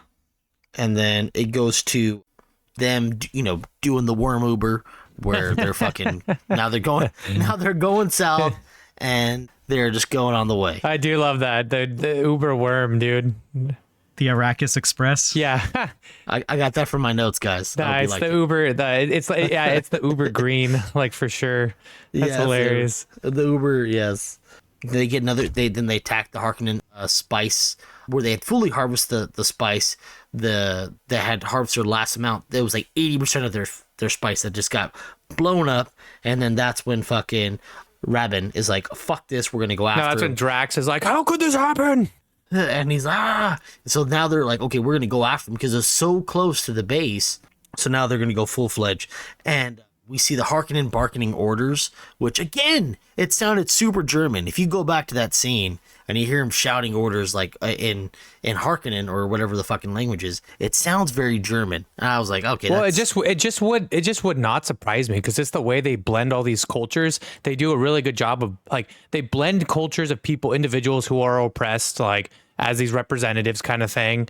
And then you even have like the Atreides almost as like conquistadors in a way, but now this is the alternate reality where instead of being conquistadors, they come over and they actually tried to be diplomats. And then now you have the Harkonnens who, like you're saying, seem like they're blended a little bit. They're insectoid, like that's a big thing about them. But also I wouldn't be surprised if they're blended with some kind of like Germanic culture because this is 68 and when they initially wrote this book. So you're telling me like just like 18 years after everything, fucking all that shit, it's still fresh in everyone's mind. So perfect comparison. Well, isn't like the Harkonnens supposed to be like a symbolism between like fascism and socialism or something like that? I wouldn't be surprised. It sounds right. Yeah. Dictatorship. Yeah. Which would be fascism, right? Because that's what the Germans were about. And the Italians. And the Italians. And North Korea. But I thought that... Or North Korea is a dictatorship, my bad. I thought that was kind of like... It was funny to see the parallels. And then if you think about, too, like Baron Vladimir Harkonnen, was that... Russian. That's Soviet Union. Yeah. Russian. Yeah. It is cool to see how he blended all of these. And even in today's society, we can see what inspirations they drew on kind of thing. We see that they call the Muad'Dib the demon, the Firmin demon, that they have made him into an entity, that he's not a person, but he's something to be feared, something to be worried about. And you hear the way they say it, it's not like, oh, he's a bitch. It's like, no, we're going to kill this demon. And he's losing his shit. Like he's going full Drax. And they still don't know it's Paul too. Yeah. Yeah, they don't have no fucking idea. They just know he's something to be feared in the night. Yeah, then he goes full dumbass. They get their asses whooped out there. Yeah. They fucking go out there, they try to attack, they land, he kills a dumbass in the process. Yeah, this scene of where they're using that mentat to guide them, right? Isn't that what that is? Is this the scene where they're in the I think they're in an ornithopter? They're in an ornithopter. There's a guy with the goggles on, and he's like saying, "Oh, I detect life," right? And then he's like, "Oh, I lost them." But then obviously Robin's like, a Rabin, whatever. He's like, he's pissed at him, snaps his neck and says, blow this up. Like, clearly they're right here. Just like shoot everything. Yeah, this guy's a fucking idiot and kills them on the spot. They blow it up and then they do find them, right? Yeah, they land and they're like... Well, they don't find the Fremen found them. Yeah. Nice. And then we have a cool ass scene where they're just like getting murked. In the sandstorm. And we see that they've landed, and we see that Paul is going full Darth Vader, about to go kill some younglings, and he's walking towards Rabin. And Rabin's like, holy shit, he sees him, and he fucking ducks tail, and he runs the other way. The Muad'Dib is real. Yeah, and he's like, nope, I do not. Which is funny because in actuality, I think was the Timothy Chalamet, like the size difference between the two. Like, I mean, Paul would totally kill him. Yeah, Paul would kick his ass. Yeah, but here, like, Rabin's supposed to be like this big, intimidating guy, and he's like, I'm gonna fuck him up, and then he's like, he's scared the shit out of Paul. But like that Darth Vader. I'm of the opinion that Rabin is a really good ruler from a cruelty standpoint, but he is a horribly incompetent fighter. I thought he was a good fighter. I think he's only good at fighting people that can't fight back, like a bully. That would make sense. I was hoping he'd be like their gurney. Because, like, as you see clearly right there, the moment someone who actually can fight him, he just runs the fuck away. Yo, But dude, but like Paul wasn't even fighting anybody. He was just walking towards him, and he had that Darth Vader look. That fucking. He got intimidated by his aura. By his aura. Yeah, it was such a cool scene. Dude, you were saying you were saying like, oh yeah, Timothy Chalamet, his stature is much smaller than Dave Bautista's would be, right? And so I looked it up. Timothy Chalamet is 5'10". Do you know how tall Dave Bautista is? 6'2", 6'3". 6'6". No, I know. He's not. No. Apparently he's 6. WWE has also ranked him as the second best world, whatever. They advertise him as being 6'6". When you look how big he was next to the rest of the Guardians, like, yeah, he's clearly huge. Wow, I never realized. He's not 6'6". It says 6'6". No. Oh, fuck me. I apologize. He is 6'6". Yeah, I apologize. You know what it is? Is sometimes like when you're very muscular, it kind of makes you look shorter. Mm-hmm. That's our excuse, Abel. That's our excuse. Short kings. Short kings for life. Dude, 6'6". Holy shit. I thought he was like 6'3", 6'4", but holy fuck, that's a big dude. Yeah. Oh, anyways, holy shit. But that's what that just kind of drills into your point more. You got scrawny ass Timothy Chalamet like completely intimidating him while he's just like he tries to get the fuck out of there. Like doesn't he barely get out of there too? Oh yeah. No, but he gave great intimidating vibes. It was one of those scenes where like, oh wow, like he's scary. He looks fucking scary in that scene. I don't blame him for that, but it was kind of a funny scene. He was led to believe the Muad'Dib was just some propaganda legend the Fremen were using to like motivate them to fight harder. He didn't think the Muad'Dib was a real person. And he found him right then and there.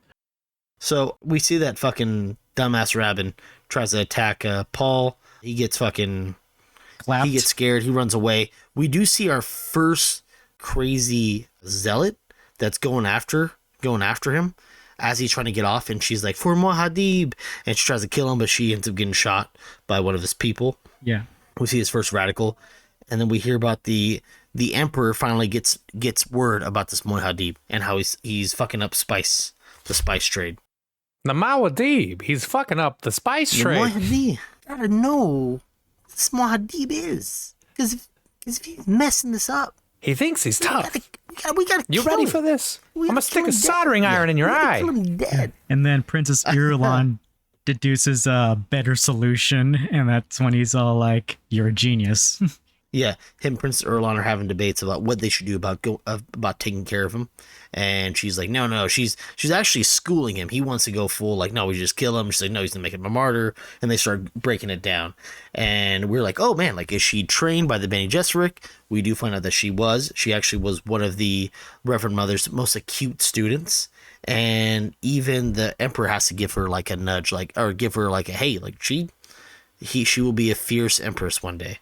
And the way he says it, I felt like there was like a little bit of like animosity towards it, but that's just me looking into things like usual. And then we see as the Reverend Mother and Princess Urlan are walking away, Urlan's already kind of put the dots together. She's like, what if Paul made it alive? And the Reverend Mother's like, shut the fuck up. We already know. You don't say that anything it's of possibly this. him. And she actually was... She's like, oh, like, we should probably do something. And the Reverend Mother's like, she's so cocky. We have plans in play. She's not even worried about it. And she's saying about Fade Rotha. Fade Rotha is their next plan. And Urlan even knows about Fade Rotha as being a psychopath. Fade Rotha, he's psychotic. He's psychotic. And then she's like, that doesn't matter, blah, blah, blah. We can control him. Yeah, and as long as he does what he wants, we don't care. We get cut to Fade Rotha, which is played by Austin Butler. And I don't know how to put this, folks, but Fade Elvis Rotha. Presley. Yeah, Elvis Presley. He is A 1, a 2. the most handsomest. A 1, 2, 3, 4. No. Anyways, he is the most handsome of the Harkonnens, and also pretty fucking jacked. I saw so many thirst TikToks about Fade Rotha. It was disturbing. Completely ignoring the fact Dude, it that was stupid how jacked he was. completely ignoring that he has women trapped in his room. He kills them when he wants to, and when they don't have food, he brings them carcasses to eat. Let me get up in that. That's insane to me. And the way he like tests his knife, it's not sharp enough. Oh yeah, he kills that girl. No, they're not held against their will. They have like Stockholm syndrome and a few Yeah, other they're things. just fanatics. Yeah, they're just and they're his fucking groupies that they're cannibals, and he feeds them with fucking whoever he wants to kill. But he immediately does the classic Harkonnen, kills a couple slaves just to show that he's Harkonnen. And no, it's because his knife wasn't sharp enough. He was testing his knife. The blade at the end of the tip needs to be sharper. Sharp enough. I don't know why it wasn't. I think That's pretty good. I think you're onto it. That's not too bad. I don't know what you're talking about. All right, anyways. It's getting worse the more I try. You fought well, Atreides. Yeah. So then we see that there's a few Atreides, which I thought that was interesting because are those Atreides from what got captured? Those are Yeah, Atreides from they're prisoner slaves. prisoner slaves. There's 3 of them about to go, and 2 of them get injected, 1 of them doesn't, and we kind of see him. He is a higher up in the military He's like right underneath He was Gurney probably like Halleck. an officer or something. Yeah, he was in the first one. You kind of see him in the side, in the background. Fade Rotha kills the first two pretty easily. He fights the second one. We see that there are two, or they see that there is Lady Margaret, who's the Bene Gesserit, and a few other sisters watching him as he's doing this gladiator, gladiator, and I say with quotations. It's Margot. Lady Margot. We see that them watching him doing this gladiator fight, and they're kind of like, what the fuck's he doing? But this is all mainly for show. Fade Rotha has that fight, and we see that he's a great fighter. He's not just a pretty boy who's jacked, but he's also a great fighter. And Vladimir Harkonnen is trying to see also, what's this guy about? Because he planned one of them not to get drugged, one of the fighters. So he also wanted to see, is this guy all talk? Can he take over? Yeah, he's Which testing we find out. Fade Rotha. We find out that's also Rabin's little brother later on down the line. And Fade Rotha kills all three of the slaves, and now is celebrating his coming of age, is what they're hinting at. How old is he supposed to be? He's supposed to be the same age as Paul. Can I hop in here real quick? A handful of things I did love about this scene. He kills the drug guys, whatever.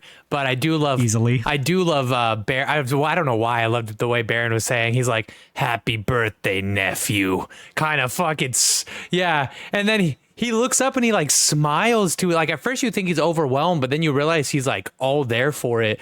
And then he has that crazy ass battle with the guy who knows fucking kung fu, basically.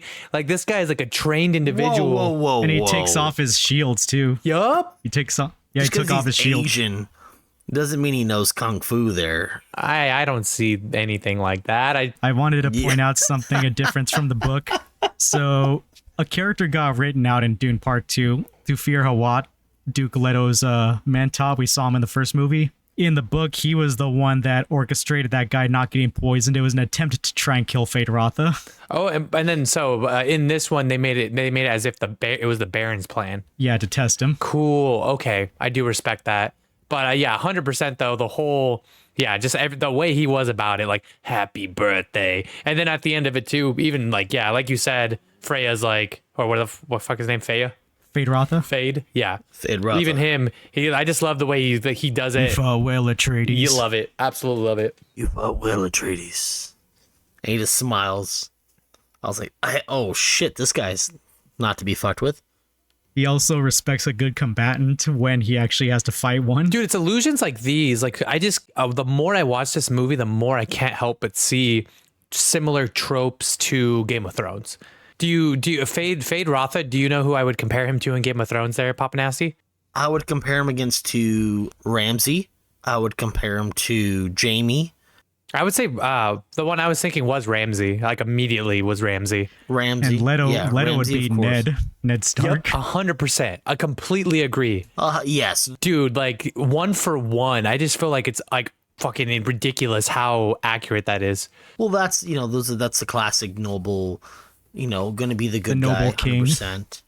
Yeah, willing to die on his sword to do the right thing. Honor above reason. Yeah, how did you put it before, Abel? It was almost like he was in like the wrong movie, wrong genre kind of thing. Yeah, I think I remember like an interpretation saying like Ned Stark is a character who's clearly in the wrong genre of movie, and that's the point. Was Leto in the wrong genre or sort of? Yes. But the thing is, Leto was genre savvy. He knew how things were going to play out. He just did not account for certain variables that he obviously could not have. I heard a joke about him too, where he in the first movie he said something along the lines of like the step 1 of a trap is knowing that the trap was in place or something like that. Yeah. But then he dies, and so we'd never find out what step 2 is or something fucked up. And I was like, because apparently there was a step 1.5 in there that he was not aware of. I remember reading like a little bit of irony. It's kind of like almost like a reconstruction type deal. So the first half of Game of Thrones is a deconstruction of the noble character archetype. Like we see what happens to characters who try to be honorable in a world that does not reward honor. But at the end of the day, who still comes out on top? The Starks, his children. Yep, they prevail, motherfucker. Yeah, And that's it all why- worked out for that's them. why Paul- At least the ones that survived. That's why it seems like Paul is coming out on top, but he's not doing it for honor. He's doing it for himself. He's doing it for revenge. And as we have learned from many a Batman film, vengeance is not the right answer. He'll get slapped in the face by fucking Katie Dawson or whatever the fuck her name is. Anyways, So back to the whole fight thing. I also like how when he was fighting that Atreides dude, one of his like guards tried to step in and he's just yelling at them to back off. Yeah, dude, love that shit. Yeah, because he does try to get in and smack him, and then he says, no. I remember Jamie was also pretty pissed off when one of his guys attacked Ned from behind while he was dueling. He's like, bro, I was fighting. Yeah. Let me fight, man. I swear to God, there's like, dude, George R.R. Martin was absolutely inspired. I mean, he had to be a literary savant. And so there's no way he was not obsessed with Dune. Because R.R. Martin was a fucking nerd like all of us. No, but it didn't play out the same in the book. That fight scene. Tropes are tropes, versus, Tropes are just tropes. Right? Abel, I mean, you're the book expert in this situation. No, it doesn't play out too much differently. The background for the fight, how it was set up was different, but ultimately the outcome was the same. Okay. So you were ready to move on there, PapaNasty. So the fight happens, and then are we done with the Eric show, or are we doing it? we're ready for the Notebook starring Ryan Gosling and PapaNasty. Yeah. Yeah, you wish. Yeah, Ryan Gosling built was you in a this. goddamn house, you unthankful bastard. Hope you get dementia. I hope you get dementia in your deathbed and you don't remember anything. Hey, as long as you die on my arm, I'll be okay, happy. all right. In the arms of an angel. So then we get the scene where Fade-Rotha is super pissed at, his uncle Vladimir, and he's like, I'll fucking kill you, I'll drown you in that bathtub. And then Vladimir's like, I just wanted to see what you're about. And he's like, you're gonna be the emperor. And that's what you see, like Fade-Rotha, like, oh, what? I'm gonna put you in charge of Arrakis. That's crazy. I'm gonna put you in charge. And then you see that they have a plan to get rid of the emperor, and that they're not just like dummies. And like that's what separates Vladimir from all the other Harkonnens, is that he is actually intelligent and he has a plan. He's playing the Game of Thrones. Mm-hmm. Yep, he's playing the game. Yeah. Hey, fuck yeah, thanks, baby. Do. Yeah. We see that Lady Margot was infatuated with him while watching the gladiator scene, and she's also following him. She seduces him, and then we see that was all a plan by the Reverend Mother for Fade-Rotha to get her impregnated, and also for them to figure out who he is, because she also not only seduces him but tests him first to see if he With the Gom Jabbar. with the Conjavar. Dude, what a bad bitch. I think she is probably maybe like Jessica is probably Lady Jessica. I would have folded like a lawn chair. Bro, she was a bad bitch. Like everything, she was crisp. She was intentional. She got exactly what she wanted. Where are we? Oh, we're in the guest chambers. Where are you going? Oh, I'm just going to my room. And then he follows like a dumb little dog.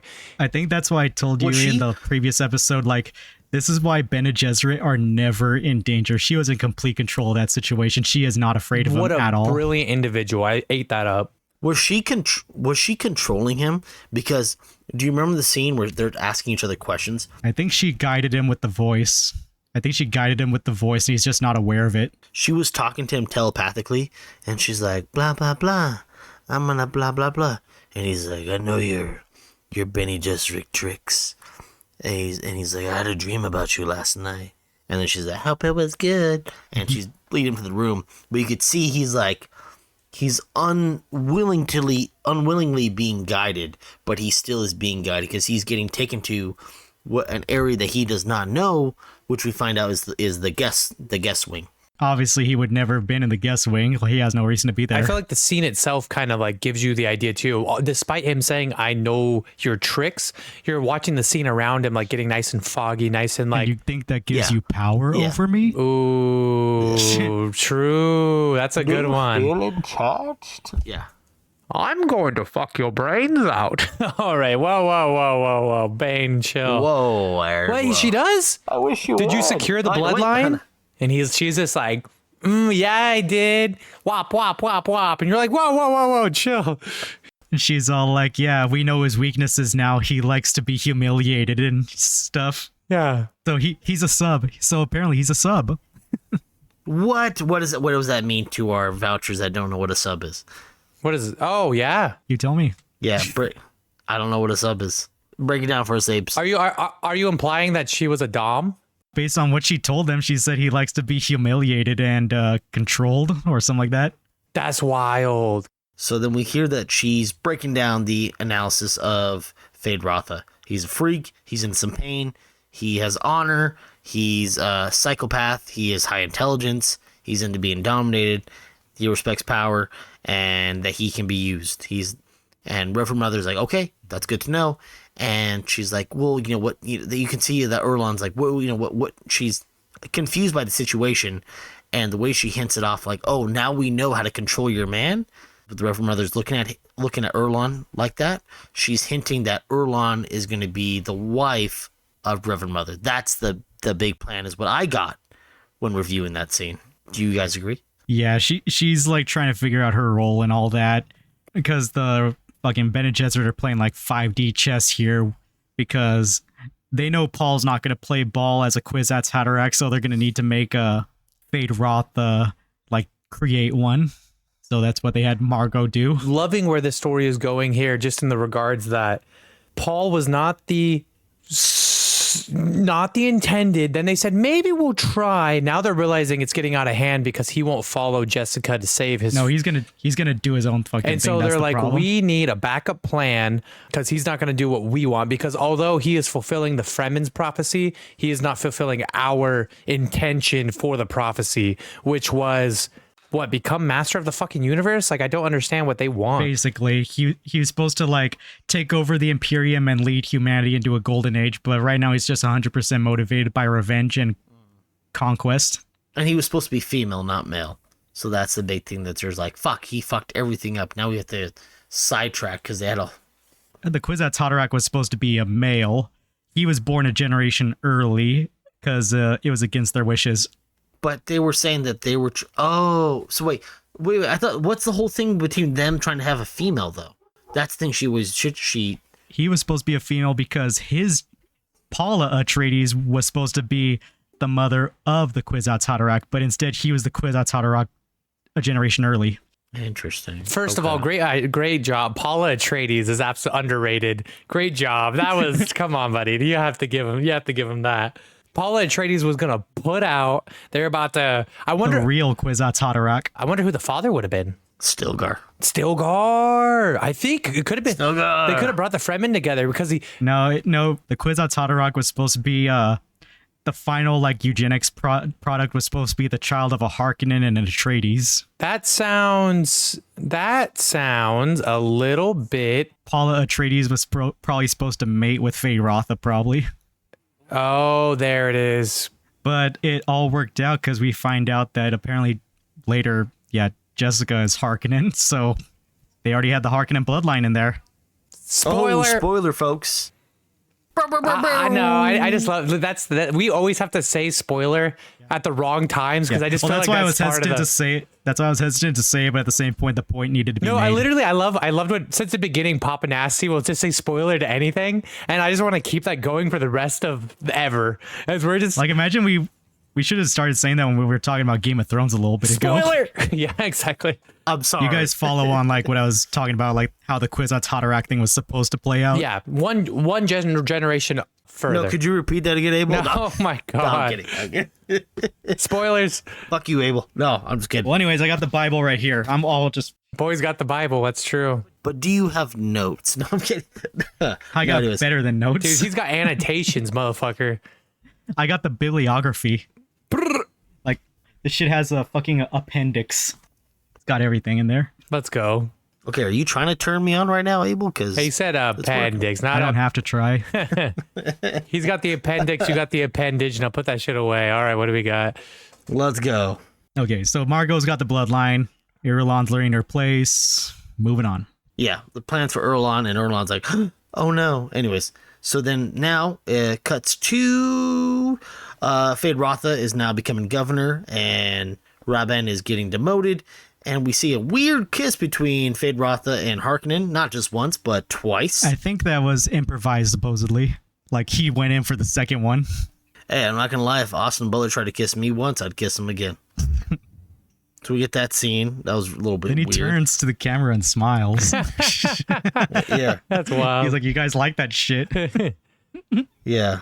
Again, the reverse Nazi, hail.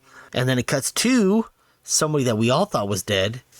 Gurney Alec. Finally, he's alive, bro. He's well. Thanos. But he's depressed. You know, I think you tried to tell me he was alive, I think, but I didn't really pay attention because I never listen when you talk. No, we try to avoid telling you. I was trying not to tell you. You were the ones like, he might be alive. And I'm like, no, he's dead. You were speculating before part 2. You're speculating what you thought was going to happen. You're like, You guys are trying to breadcrumb me away from it, yeah. yeah.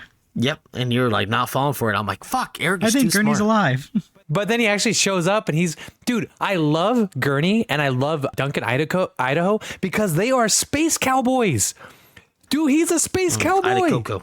I want to point out something that was really awesome that I only noticed after Twitter pointed it out and I rewatched both movies. So we see Gurney works now for the smugglers, basically as private security. He's protecting a spice harvester and then the Fremen attack it. And then Paul shows up, fights him, and he says the line I pointed out in the first movie that he said twice already. I recognize your footsteps, old man. Fucking love it, dude. Great. Pops out of the sand. Yeah, so the first time it happens in this training scene, like when he's coming up, he's like, I recognize your footsteps. That's why I don't have my guard up. Then the second time happens while he's tripping on spice outside of a spice harvester. Yep. He says, for no fucking reason, I recognize your footsteps, old man. Why does he say that? Because he sees the future. Because the next time he sees Gurney is right next to a spice harvester out in the desert. I recognize your footsteps, old man. But not only that, was that he was underneath sand and they were doing their trap attack where they'll walk over. The landmines. He recognizes Gurney footsteps, but also how much of a badass now is Paul that even that he took down Gurney, who gave him a good fight and arguably was kicking his ass the first movie. Now he just took down scene, Gurney yeah. Alec in less than fucking 20 seconds. Couple moves. Like just a couple moves. So showing you the gap between how he was in the first film to this film, I thought that was cool. Maybe, okay, we'll say Gurney Alec's at 75. He still took him down super fast just to show how much headway that Paul has made. Yeah, in their training scene, their training scene ended in a quote unquote mutual kill because he was like, yield, and then Gurney says, look down, and he sees that he's got his knife in his gut, like we would have died together. Yeah, but even then, remember, like Gurney was kicking his ass and like he was smacking Paul around like, yeah. What I'm saying is, like, we went from him having, like, they were relatively even fighters to now Paul just kicked his ass. Yeah. Well, you know what I'm saying, Abel? That you're beautiful. And I accept Always. that opinion of yours. So, thank you. But anyways, back to the movie. Enough about Abel's beauty. Thought that was a funny scene. We all thought Gurney was alive. What was your reaction, Eric, when you saw that? Were you cried? Did you come? Did you hold Kayla? What'd you do? It was literally, yeehaw! I was so excited, dude. Shows up in the best way fucking possible, bro. Like, absolutely. Best way possible. Just flying across the fucking desert. Space cowboy ass motherfucker. Like, dude, I just loved it so much. I couldn't get over it. I was like, dude, what in the fuck, dude? This shit had to inspire. I think also when he was playing his ballast set, the song he was singing was just about how much he hates his fucking job now in his life or something. Like, he's surrounded by idiots. Dude, this shit had to literally inspire Cowboy Bebop. Like, I don't know how, but damn, I just love this shit so much. Yeah, he had the guitar. He was sad. He was singing. The only thing he was missing was a cowboy hat and a thing of wheat in his mouth. That's the only thing he was missing. God, absolutely loved it. Like, no country for old men. I know. I've never thought cowboys were that cool, but when you're a goddamn space cowboy, you're a fucking god, dude. Cowboy Bebop's really good. Yeah, I know, absolutely. But we'll get there. Vouch for me anime. Just wait for it to happen, ladies and gentlemen. It will happen. We have so many things we're thinking about doing. Oh my! Find out on the next episode of Vouch for Me Z. Vouch for me Z. Yeah. Is PapaNasty gonna keep powering up? Ah! All right. Does That's the good. father-son Kamehameha with Nacho? Yes. Yeah. His training is not complete. Let's give him a senzu bean. He goes in the hyperbolic time chamber and then comes out doing the fucking master classes. All right. Anyways. No, Nacho's gonna scream his way out like Majin Buu did. Oh, dude. I appreciate you guys so much. This is why we're friends. I love you guys. So we see that Gurney's now a smuggler. Paul almost kills him. And then we also see that now Gurney and Paul are back together. And Gurney's ride or die with him. now they're taking Gurney to the siege, and they don't kill any of the smugglers. And Gurney and Paul are talking, and Gurney's impressed by what he took down with just 200 troops, and that he understands that the Moy-Hadib has been spreading fear. He's been kicking ass. He's like, holy shit, like, he cannot believe what Paul has done. And he starts telling Paul, like, dude, if you can do this with 200 people, you can do this in an army. And Paul's like, no, I don't want to do this. And Gurney keeps pushing, and he's like, what are you afraid of power? He's like, no, I'm afraid what happens when I have the power. And you get this interesting scene where they're not getting along. And Paul is really pushing back and like, I don't care what you'd say. Jessica said the same thing. I'm not going to take this power. Yeah, it's because at this point, Paul is kind of like becoming part of the Fremen and adopting their ways, and he's trying to move away from his Atreides heritage, but Gurney is still a full-fledged Atreides follower, so he's like, you have to reclaim your role as the Duke.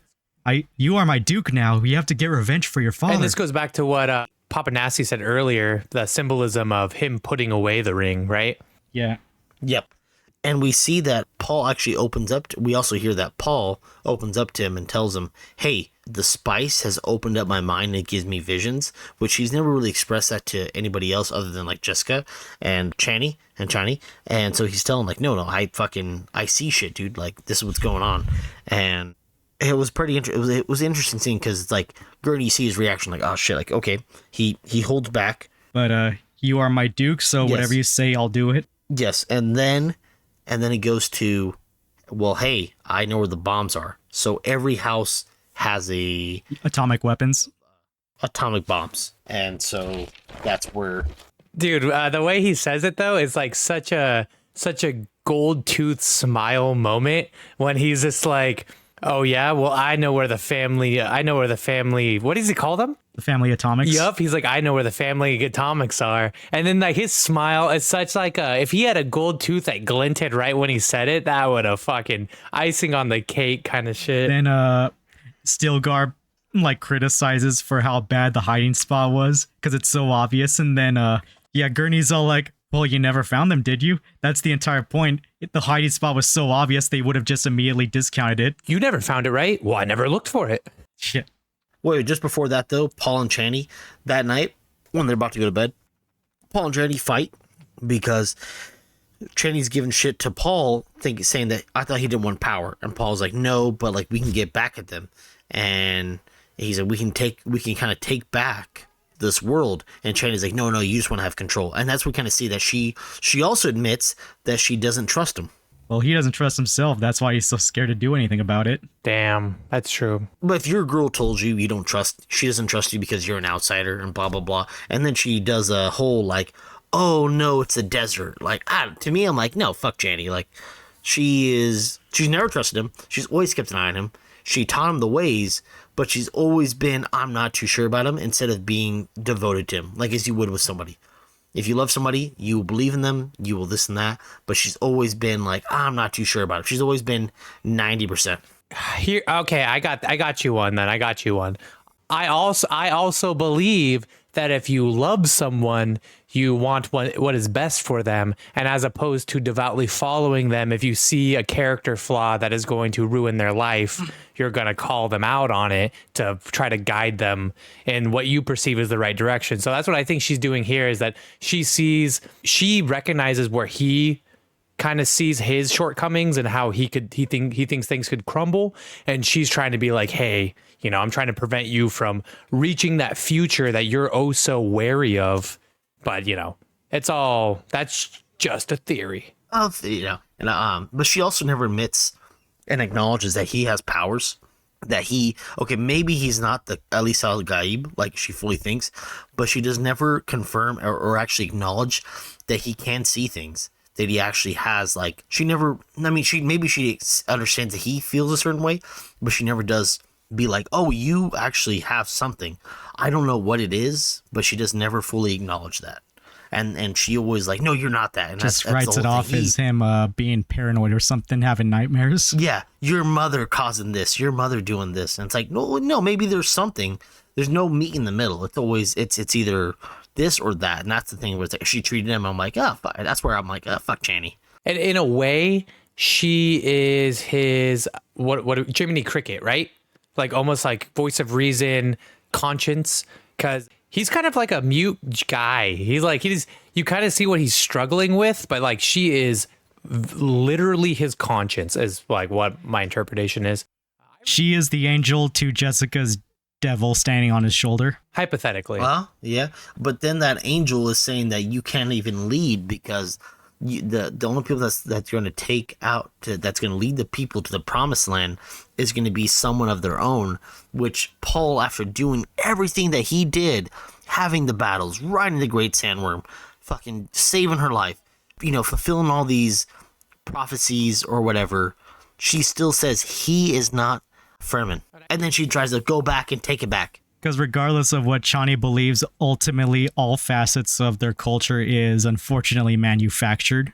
She ultimately just still refuses to believe that. But she still says that, though. She still says, oh, you're not Fremen. Even though he does all the process, even though he's one of the best of the best, she still says, you're not Fremen because you're an outsider. I do not trust you. Yeah, think about how much that did hurt. And so it's like, I believe that came from her insecurities, where it's like, it's clear that there's still parts of her that doesn't trust him, like you're saying. And so she does lean on like the insecurities of calling him an outsider. Like she has such a specific way of saying it, doesn't she? Where it's like, oh, I thought you trusted me. I trust you, but I don't trust outsiders, or something along those lines. She says something. Yeah, she like I don't trust you. And then she tries to double take on it. Like, well, I don't trust you because the desert will kill you or some bullshit. And I was like, no, you just said that. You can't do a double take on that. You said so. That. What you're telling me is she's scared. I think she's doing this out of fear. No, she's never trusted Paul. She's been interested in him because of his power, but I don't think she's ever... I think she liked him, maybe loved him, but she's never fully loved him. She's liked him a certain degree, but... Well, I think you got to make sure you got to think about her situation at hand. We'll be right back, folks. Maybe you're the dirtbag there. No, that's fun. Yeah, exactly. I just don't think you understand women's perspectives, and that's just the matter of the fact. Well, see, I'm from Texas. But anyways, no, I do see where you're coming from, though. So, like, let's see how it evolves, because it does, though, her distrust in him kind of shows why she makes some decisions she does later towards the end of the film. Here, I got a good idea. Vouchers, if you guys are for Chani or against Chani, put in the comments, do you think she loved him? Do you think she didn't love him? Let's hear your opinions, what your guys' ideas are. Let us know. We'll leave it up to the Vouchers. Respect. So then we have the scene where Paul, Gurney, some of the Fremen are going after the atomic bombs, and we see Paul gets them. He has them now, and it is now the tides have changed. They have true power. They don't just have the Fremen. Now they have atomic bombs. They can blow all the major spice fields up if they wanted to. Then it cuts to the princess. She is talking about what she knows about the South, how she knows that Jessica, or not Jessica, but a Reverend Mother is now in the South, and she is starting now to start getting her followers going, and that she's down there. We see that now Jessica's in the South, and she sees how the water of life is produced by killing a baby worm, which was weird because the baby, Jessica's baby, wants to see another baby worm get killed to see how the water of life is produced, which I thought that was kind of interesting, kind of funny. And she said, "Yeah, I love how she's almost arguing with the daughter. Quiet, remember that part? Yeah, she tells her to quiet. Yeah, it's so interesting.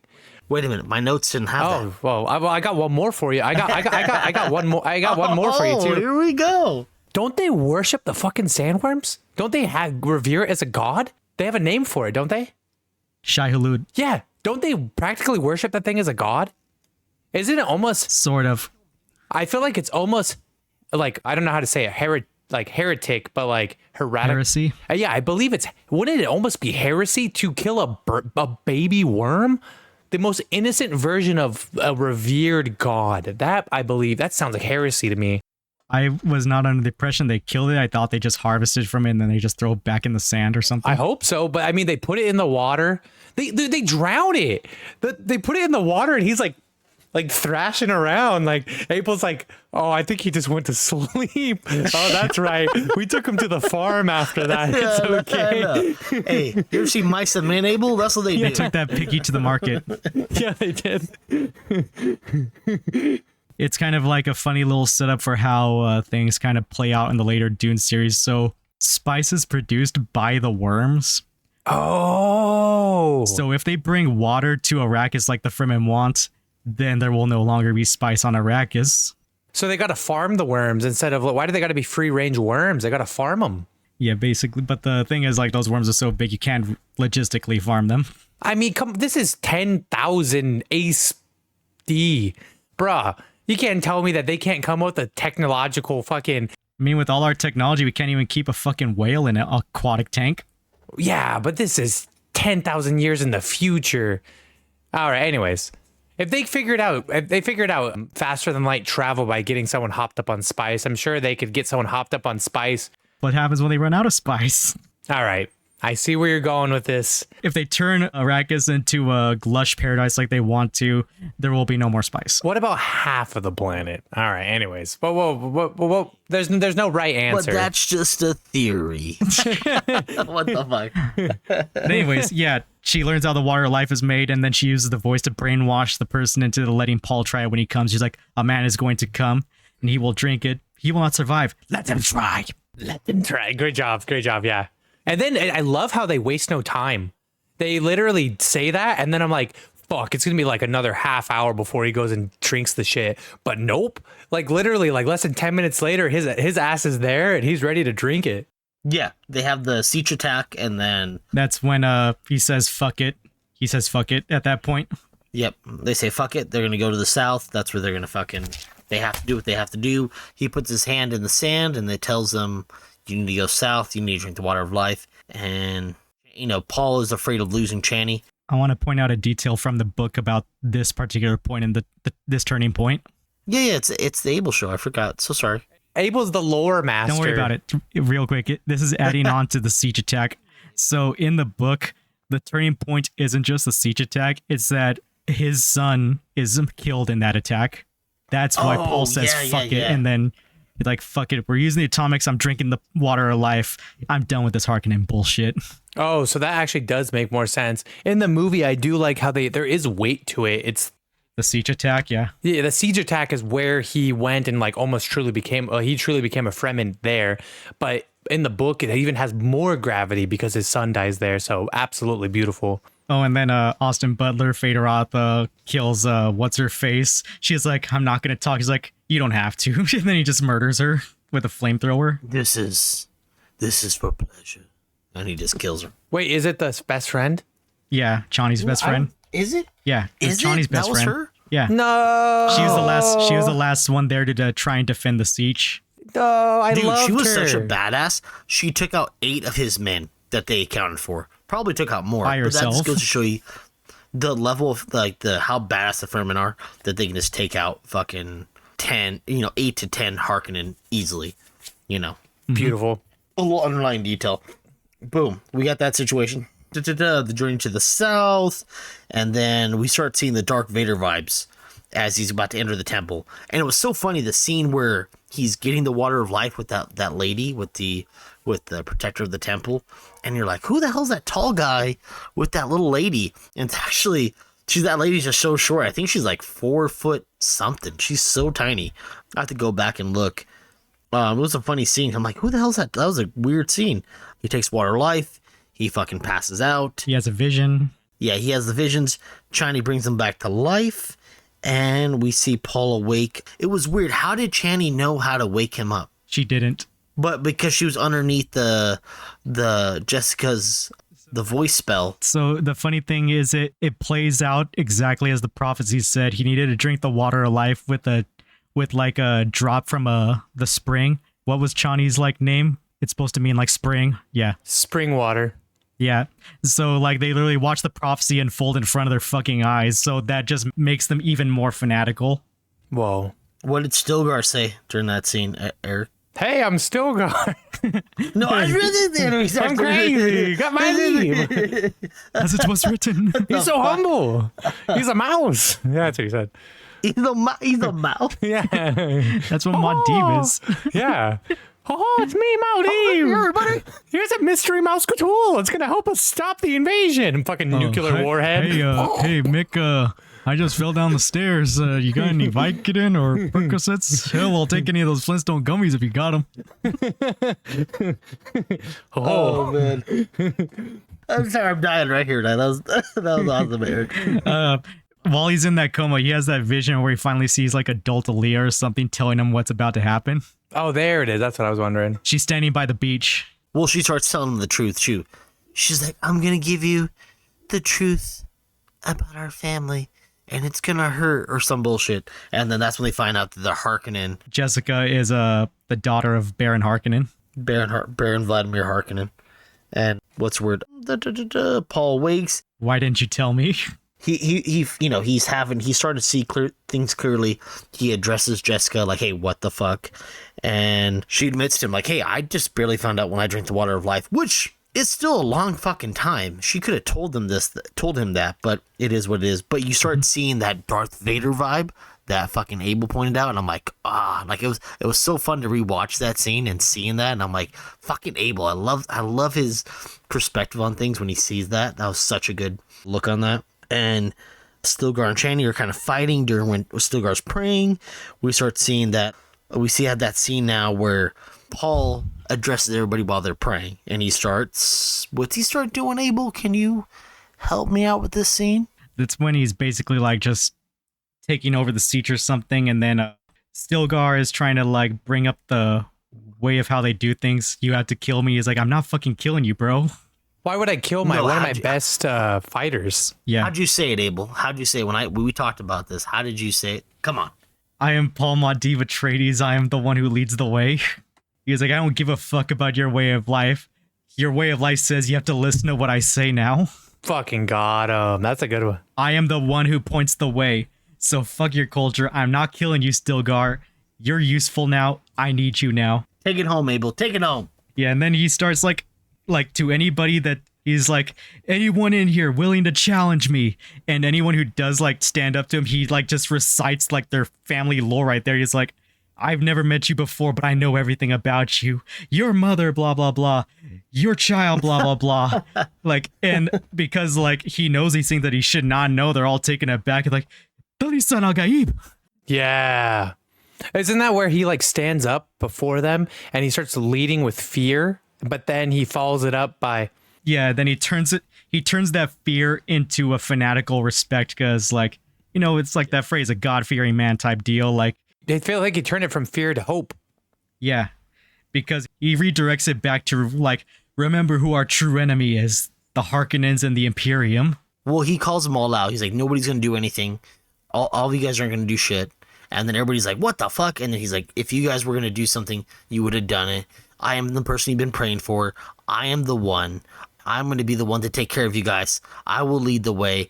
This person, that person, I know all your guys are shit. We're going to take it to them, and I'm going to lead you guys to Green Paradise. It was very like, fuck you guys. I'm going to lead you guys the way. It was cool. It was a badass scene. It was so, I gotta hand it to fucking Paul. He nailed that Chalamet. scene.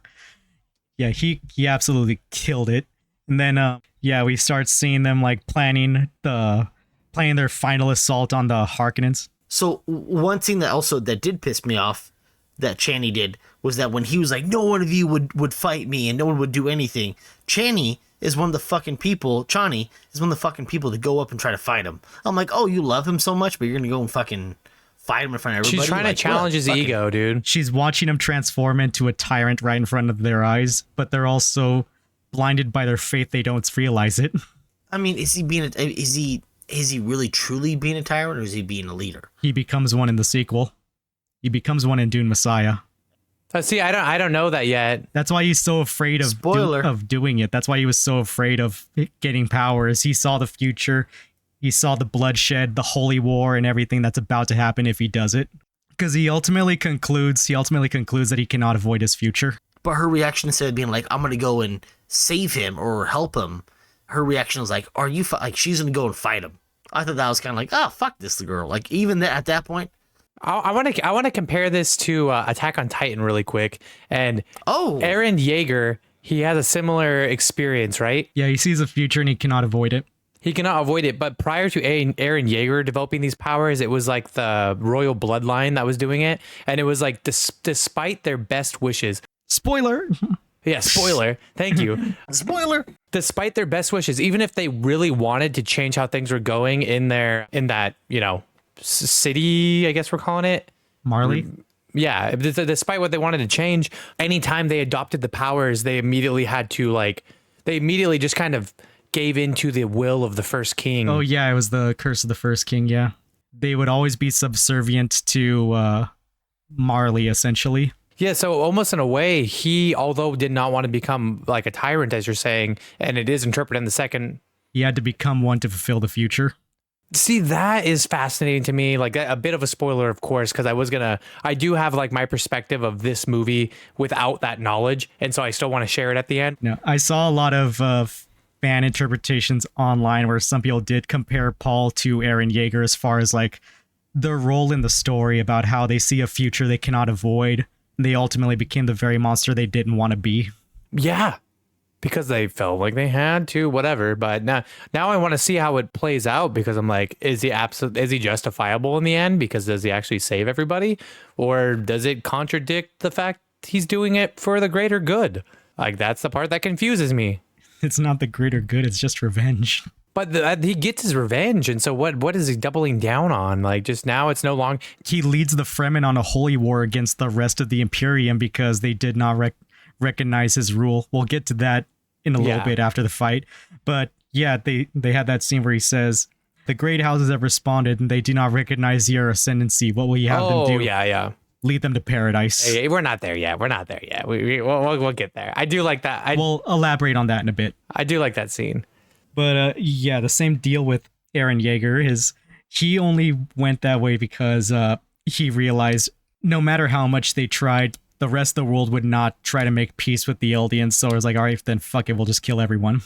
Okay, so now going back to where we're at, he essentially has given in to being a tyrant, or like leaning into being a tyrant. Chani's like, you're changing. You keep saying you don't want power, but clearly you're leaning into power. So she gets all mad and leaves. Yeah, because it's not just liberating them from the Harkonnens. This is going to evolve into them just going on a holy war on the galaxy. Sacrificing millions of people for his ambition, not necessarily the ambition of the people. Yeah, that's why he kept having those visions of leading the Fremen to ruin, seeing all of them dying and stuff. Yeah. He's ultimately going down that path. Yep. Okay, that's why this is a bad thing, and Chani was trying to stop him.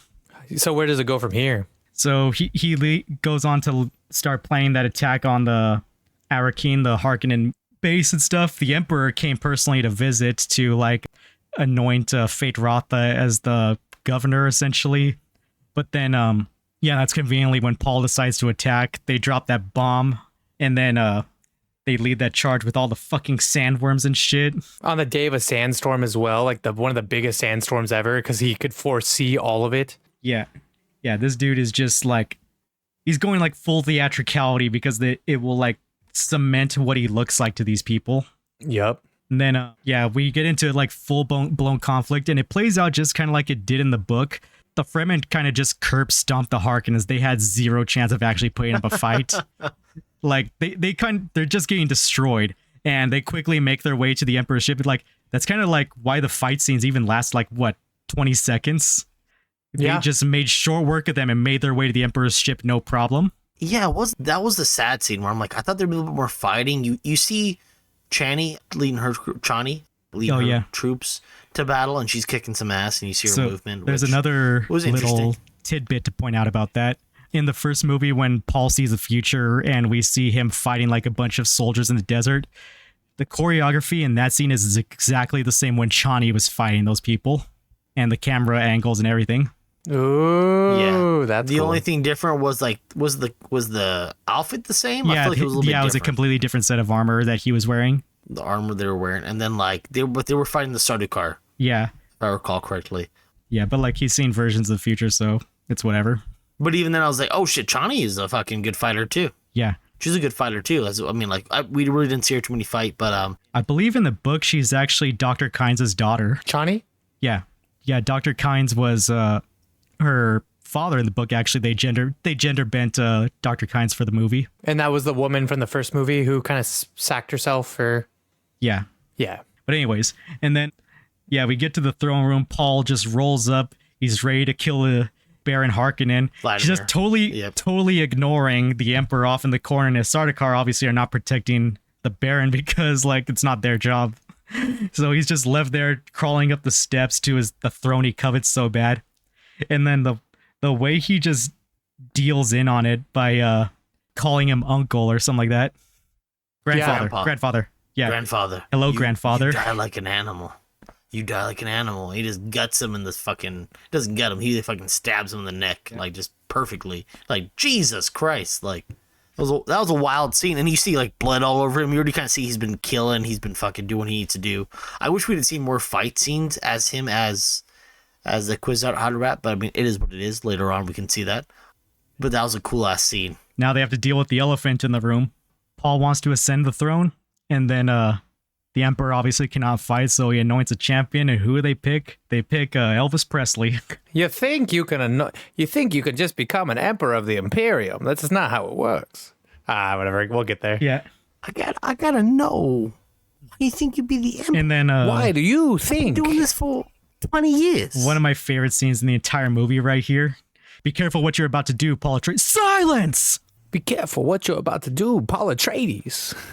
I was in Hairspray. You don't understand. I was getting there, yeah. He used the voice to just shut her ass up.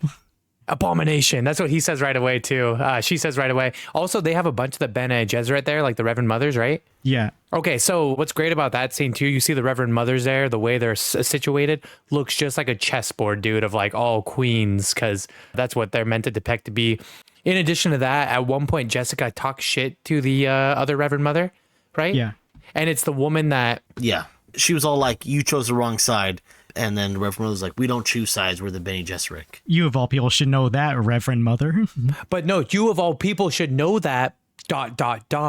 Reverend Mother. Because now she realizes she has to address her as an equal as opposed to an underling. And that shit right there, I was like, ooh, that was hot. And then you got then you got the dude over there, and he's just like... whatever, I give up.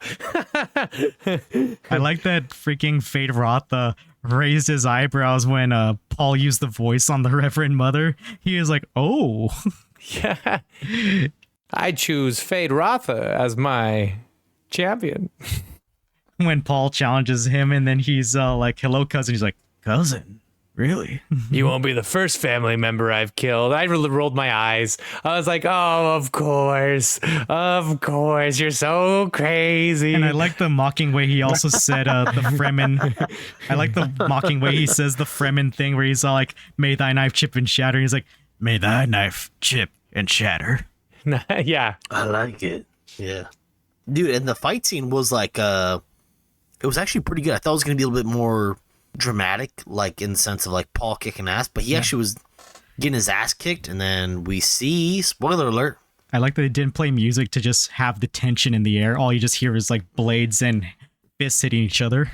Yeah. Yeah, and the combat, the fight scene, that fight scene itself, if you ever seen knife fights, that was actually really fucking good. A little cheesy some scenes, but the kicking and the movement and the when someone's down, but for the most part, overall, I'd say it was really a really fucking good fight scene. And I didn't see Paul winning like that. We see Paul win by the getting stabbed and then using the blade to stab him. That was fucking cool. Where have we seen that before? There's a little thing I pointed out to Lily at one point. I thought it was just more of a coincidence than anything, but it reminded me... Is that one of your fans? Yeah. It reminded me of when him and Chani took down that ornithopter, and they said that you can only attack it when it attacks, and that's how he beat Fade Rotha. He can only beat Fade Rotha by letting him get in close and stabbing him so he can deliver a mutual kill. Gosh damn, Abel. Hell nice. Great job. Yeah, he let Fade Rotha stab him just so he could get in himself and deliver the fatal blow. And then Fade Rotha says the same thing he said to that lieutenant from earlier in the movie. You fought well, Atreides. Yeah. And then now the Emperor is like, well, I guess you bested. I just give up. I lost it a while ago. Also in the book, Well, I the guess fight was you bested me, but now in the book the fight was way more one-sided. it was way more Paul one-sided. kicked his ass. You gotta slow it down. When I really do. I do. Anyways, I gave up. This is my chance to do it. I was so excited. I can't help it. Eric, I gotta know. I gotta know. Why you think you can do a voice? What do you think you're that you doing? can't do? No, And he walks over to the Emperor, and then Princess Irulan is just like pestering him, saying like, "You don't need to kill my father. You've already done enough." And he's like, "Oh, this is not about killing your father. At this point, I want him to fucking kiss my fucking ring and recognize me as the Emperor now, bitch." Retracting what he wanted to do earlier, which was no longer be an Atreides and lean into the Fremen heritage. And then now he completely changes it. Atreides again, finger kiss.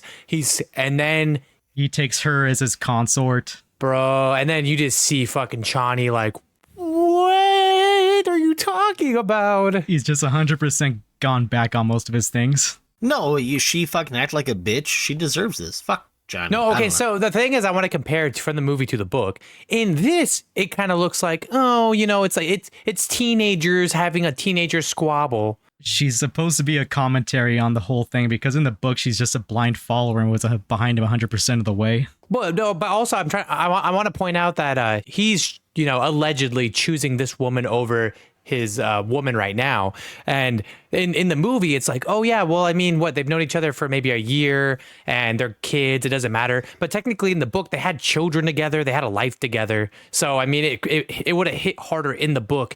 What do you mean? What are you gonna pay child support, you piece of shit? Like, what are you doing, asshole? I don't think there's child support on Arrakis. Thank God I'm moving to Arrakis. Let's go. Let's go, Aaron. Oh, I also forgot to point out the hilarious reaction from Paul killing Fade Rotha, and like within the moment of Fade Rotha hitting the fucking ground, Stilgar's like, "Listen, okay." And then like all the Fremen start freaking out. Yes. And then the gavel is struck. Gurney says, "The great houses have responded to your ascendancy. They will not recognize you as the emperor. What would you have them do?" And then he says the line, "Lead them to paradise." And the Fremen just start loading up on the ships, ready to go on a holy war and just kill everybody. Well, one thing we forgot that I totally forgot to mention was that right before the Emperor was coming down, when they found out the Emperor was descending down to Arrakis, was that Vladimir Harkonnen had sent message to the houses saying that he was underneath attack by the Imperium. Do you remember that? Yeah. I totally forgot about that for a second. He basically he set up Atreides. He set him up so either which way it would work out in their favor. Yeah, like he set up like how the Atreides should have said, like, but he was like, "Hey, we're being underneath attack." Like he said he warned the other houses, and that's why when everything went down as it did, it was like, oh no, like it was interesting. I'm like, oh shit, this motherfucker. But we kind of glossed over it. You see, Baron Harkonnen, that's where you made your mistake. Paul made his decision like 5 months ago. And I was trying to make that like Ozymandias reference from Watchmen. He's like, I already activated the missiles 30 minutes ago. Yeah, No, exactly. Paul already made his decision. Wait, he already knew the houses were not going to recognize him. He knew this was going to escalate in a war. I'm not a hero. A war I'm not he a would villain. A war from he was comic going to book. win. He knew he was going to win this war. I've already activated the bombs 30 minutes ago. You think you're gonna win this war? The problem is you're a cuck. All right. Anyways, No, you sound like the villain from Batman Begins. I know. You sound we'll like get what's it. his face. Well, I'm literally gonna in 1 year I will make us do a Christopher Walken movie just so I can show you my impression improve. And so vouchers, I got you. Give me 6 months. Fuck it. I call it 2 months from now. Hell yeah, we're doing True Romance, and you guys are gonna think I'm a god. Eric Westphal, why you gotta pretend that you can do something that you can't? Kind of beautiful. I don't understand why. I believe in you, but you just shouldn't do it. Just don't. I don't believe that you truly believe in me. All right, anyways, I give up. Yeah, All right. that was a good. It's the cadence. Even if I don't get the voice right, if you get the cadence right, you're completely good. It's crazy how the beginning of the Holy War is the end of the movie. That surprised me. Yes. And the thing is, I also read up on, did you read up on that as well, Abel? Is that technically the beginning of Messiah, the Holy War is over? Yeah, pretty much. They skip over the fucking Holy War. So do you think in Dune 3, Part 3, are they going to show us what doesn't exist in the movie? Or are they just going to skip? They're gonna go straight to Dune Messiah. That's what they said. Oh, so they're going to do it just like the book. They're going to say, you don't need to see the war. You don't need to see the space war. Because they're like, oh, we're not Star Wars. You don't need to see the pew, pew, pew. Because this is not about the war. This is about what dangerous leaders do to people. Damn. I forgot to point out that something I pointed out earlier that I wanted to bring up was the music that played during like the love montage between Paul and Chani. That same song is used during the final scene where the Fremen are loading up for their holy war, except it's played in a much more somber but grand key. Wow. To like symbolize his betrayal of what he stood for initially with the Fremen. And although he chose to go to war, Chani chose to leave. Mm-hmm. I feel like Chani is a representation of like the old Paul Atreides prior to like all of this. He said the power wasn't going to go to his head, but in reality, it went to his fucking head. I respectfully disagree. I think she's a bad girlfriend or future baby mama, whatever you may say. How dare I not enable my future genocidal tyrant boyfriend? Yeah, how dare she? She's literally, she's literally on the fucking Am I the Asshole R Reddit fucking... Some of those stories are funny because they'll start out like, yeah, I think you're the asshole. Then after you read the story, they go, no, the other guy's the asshole. The other guy's the asshole. Paul is becomes, a bad guy or in the gray later on. But for the most part, I just didn't like her character. I just thought her character development was terrible. And I did not really believe in her. I mean, maybe because I didn't read the books. I know there's more to her. No, she's a flat character in the books. The movie character that she is perceived, I do not think. I don't respect her. I don't care for her. Fair enough. That's just my opinion. Fair enough. But I did have a couple things I wanted to point out. Okay, so this is all based on the prophecy. And the prophecy has been built by the Bene Gesserit or whatever, right? Yeah. Okay. But it's outside of their control. What the fuck? So they predicted all of this and everything's coming to fruition as predicted, but it's go outside of their control and they are now saying like, this is wrong. This is how it should have gone. They don't seem happy for what's going on. Because Paul is going off the rails and against the agenda. Later, the Bene Gesserit just kind of turn into like the pseudo good guys, like not necessarily good guys, but they're trying to find a way to get this ship back on track. And it involves Paul's later children. What is he influenced by? Because he touches the sand. He has like, is it the spice? Like, what is it he's communing with? He's just drunk on power. Whoa. Pump the brakes, buddy. Because he sees the entirety of the past, the entirety of the future. He can read everyone's minds around him. You're telling me just a power trip? Like, well, this is also where the danger of leading fanatical people goes, is at some point they kind of just get out of your control. At some point, the Fremen became so fanatical that he can't really stop them from going on their holy war. But he wants them to. I guess I see what you're saying. He wanted them to start, but then he can't get them to stop.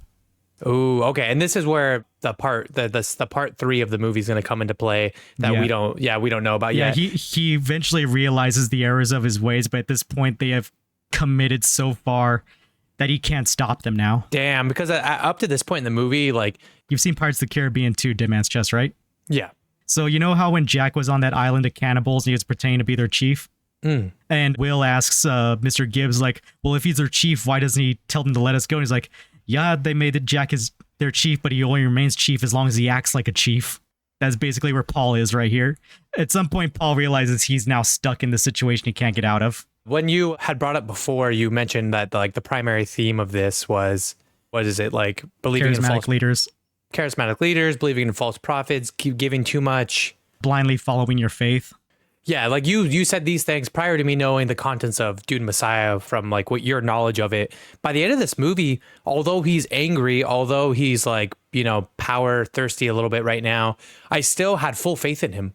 I was like, he's going to do these holy wars and everything's going to work out. Abel's wrong. He doesn't know what he's talking about. But then now that you're giving context to the Dune the sequel, 2. Dune 2. Yeah. Okay. I guess, this was your movie, PapaNasty, so... Take it away. Yes. Guys, do you vouch for me? I should say, since you and me both saw, we should ask if Eric vouches for us, because we already knew it was fire. We had to convince him to watch it. Mr. West, do you vouch for us? This is probably the dumbest movie I've ever watched. And no, absolutely, I vouch for you. Duh, I don't know Go what the fuck hell. yourself. What the heck? Yeah, no, this is great. This is the Lord of the Rings of this generation. This is the next Star Wars. yeah. This is the next everything. Yeah, I completely agree. Kill, Watch, Marry? Eric, yes. Kill, watch, marry? Mary. Add a little Mary. lamb, little lamb, little... Marry. And put a couple babies in it. Anyways, The Children of Dune. We'll put the Children of But Dune into it. no, you put the children of doing it, marry it, put a couple kids. I agree with you. Marrying it, putting a couple kids on it on Arrakis where there is no child support. That's the right way to do it. yeah, that's the way we're doing it. Guys, this was over 2.5 hours. We are sorry. I mean, I know. We appreciate you vouchers that listen to this. We love you guys. We will be having some merch out. For the ones that listened, we'll have a special coupon code to get you a certain percentage off. But thank you guys so much for listening. That's the wildest thing ever because we haven't even started its development. We haven't even started it yet. Yeah, so you're just gonna be buying like PapaNasty's old clothes because he normally just tries to give me them as hand-me-downs, but instead he's gonna start selling them on the black market for you guys. So Are they not nice? I mean, they're nice, but they're always like a size too big, and I'm like, I can't shrink this down. But We'll get bigger. I'm Get dry. bigger. I'm so small. More creatine. Maldive. More All right. creatine. It's not my... But anyways, thank you guys so much for listening. We love you. Take care and have a good night. Have a good night. Good night.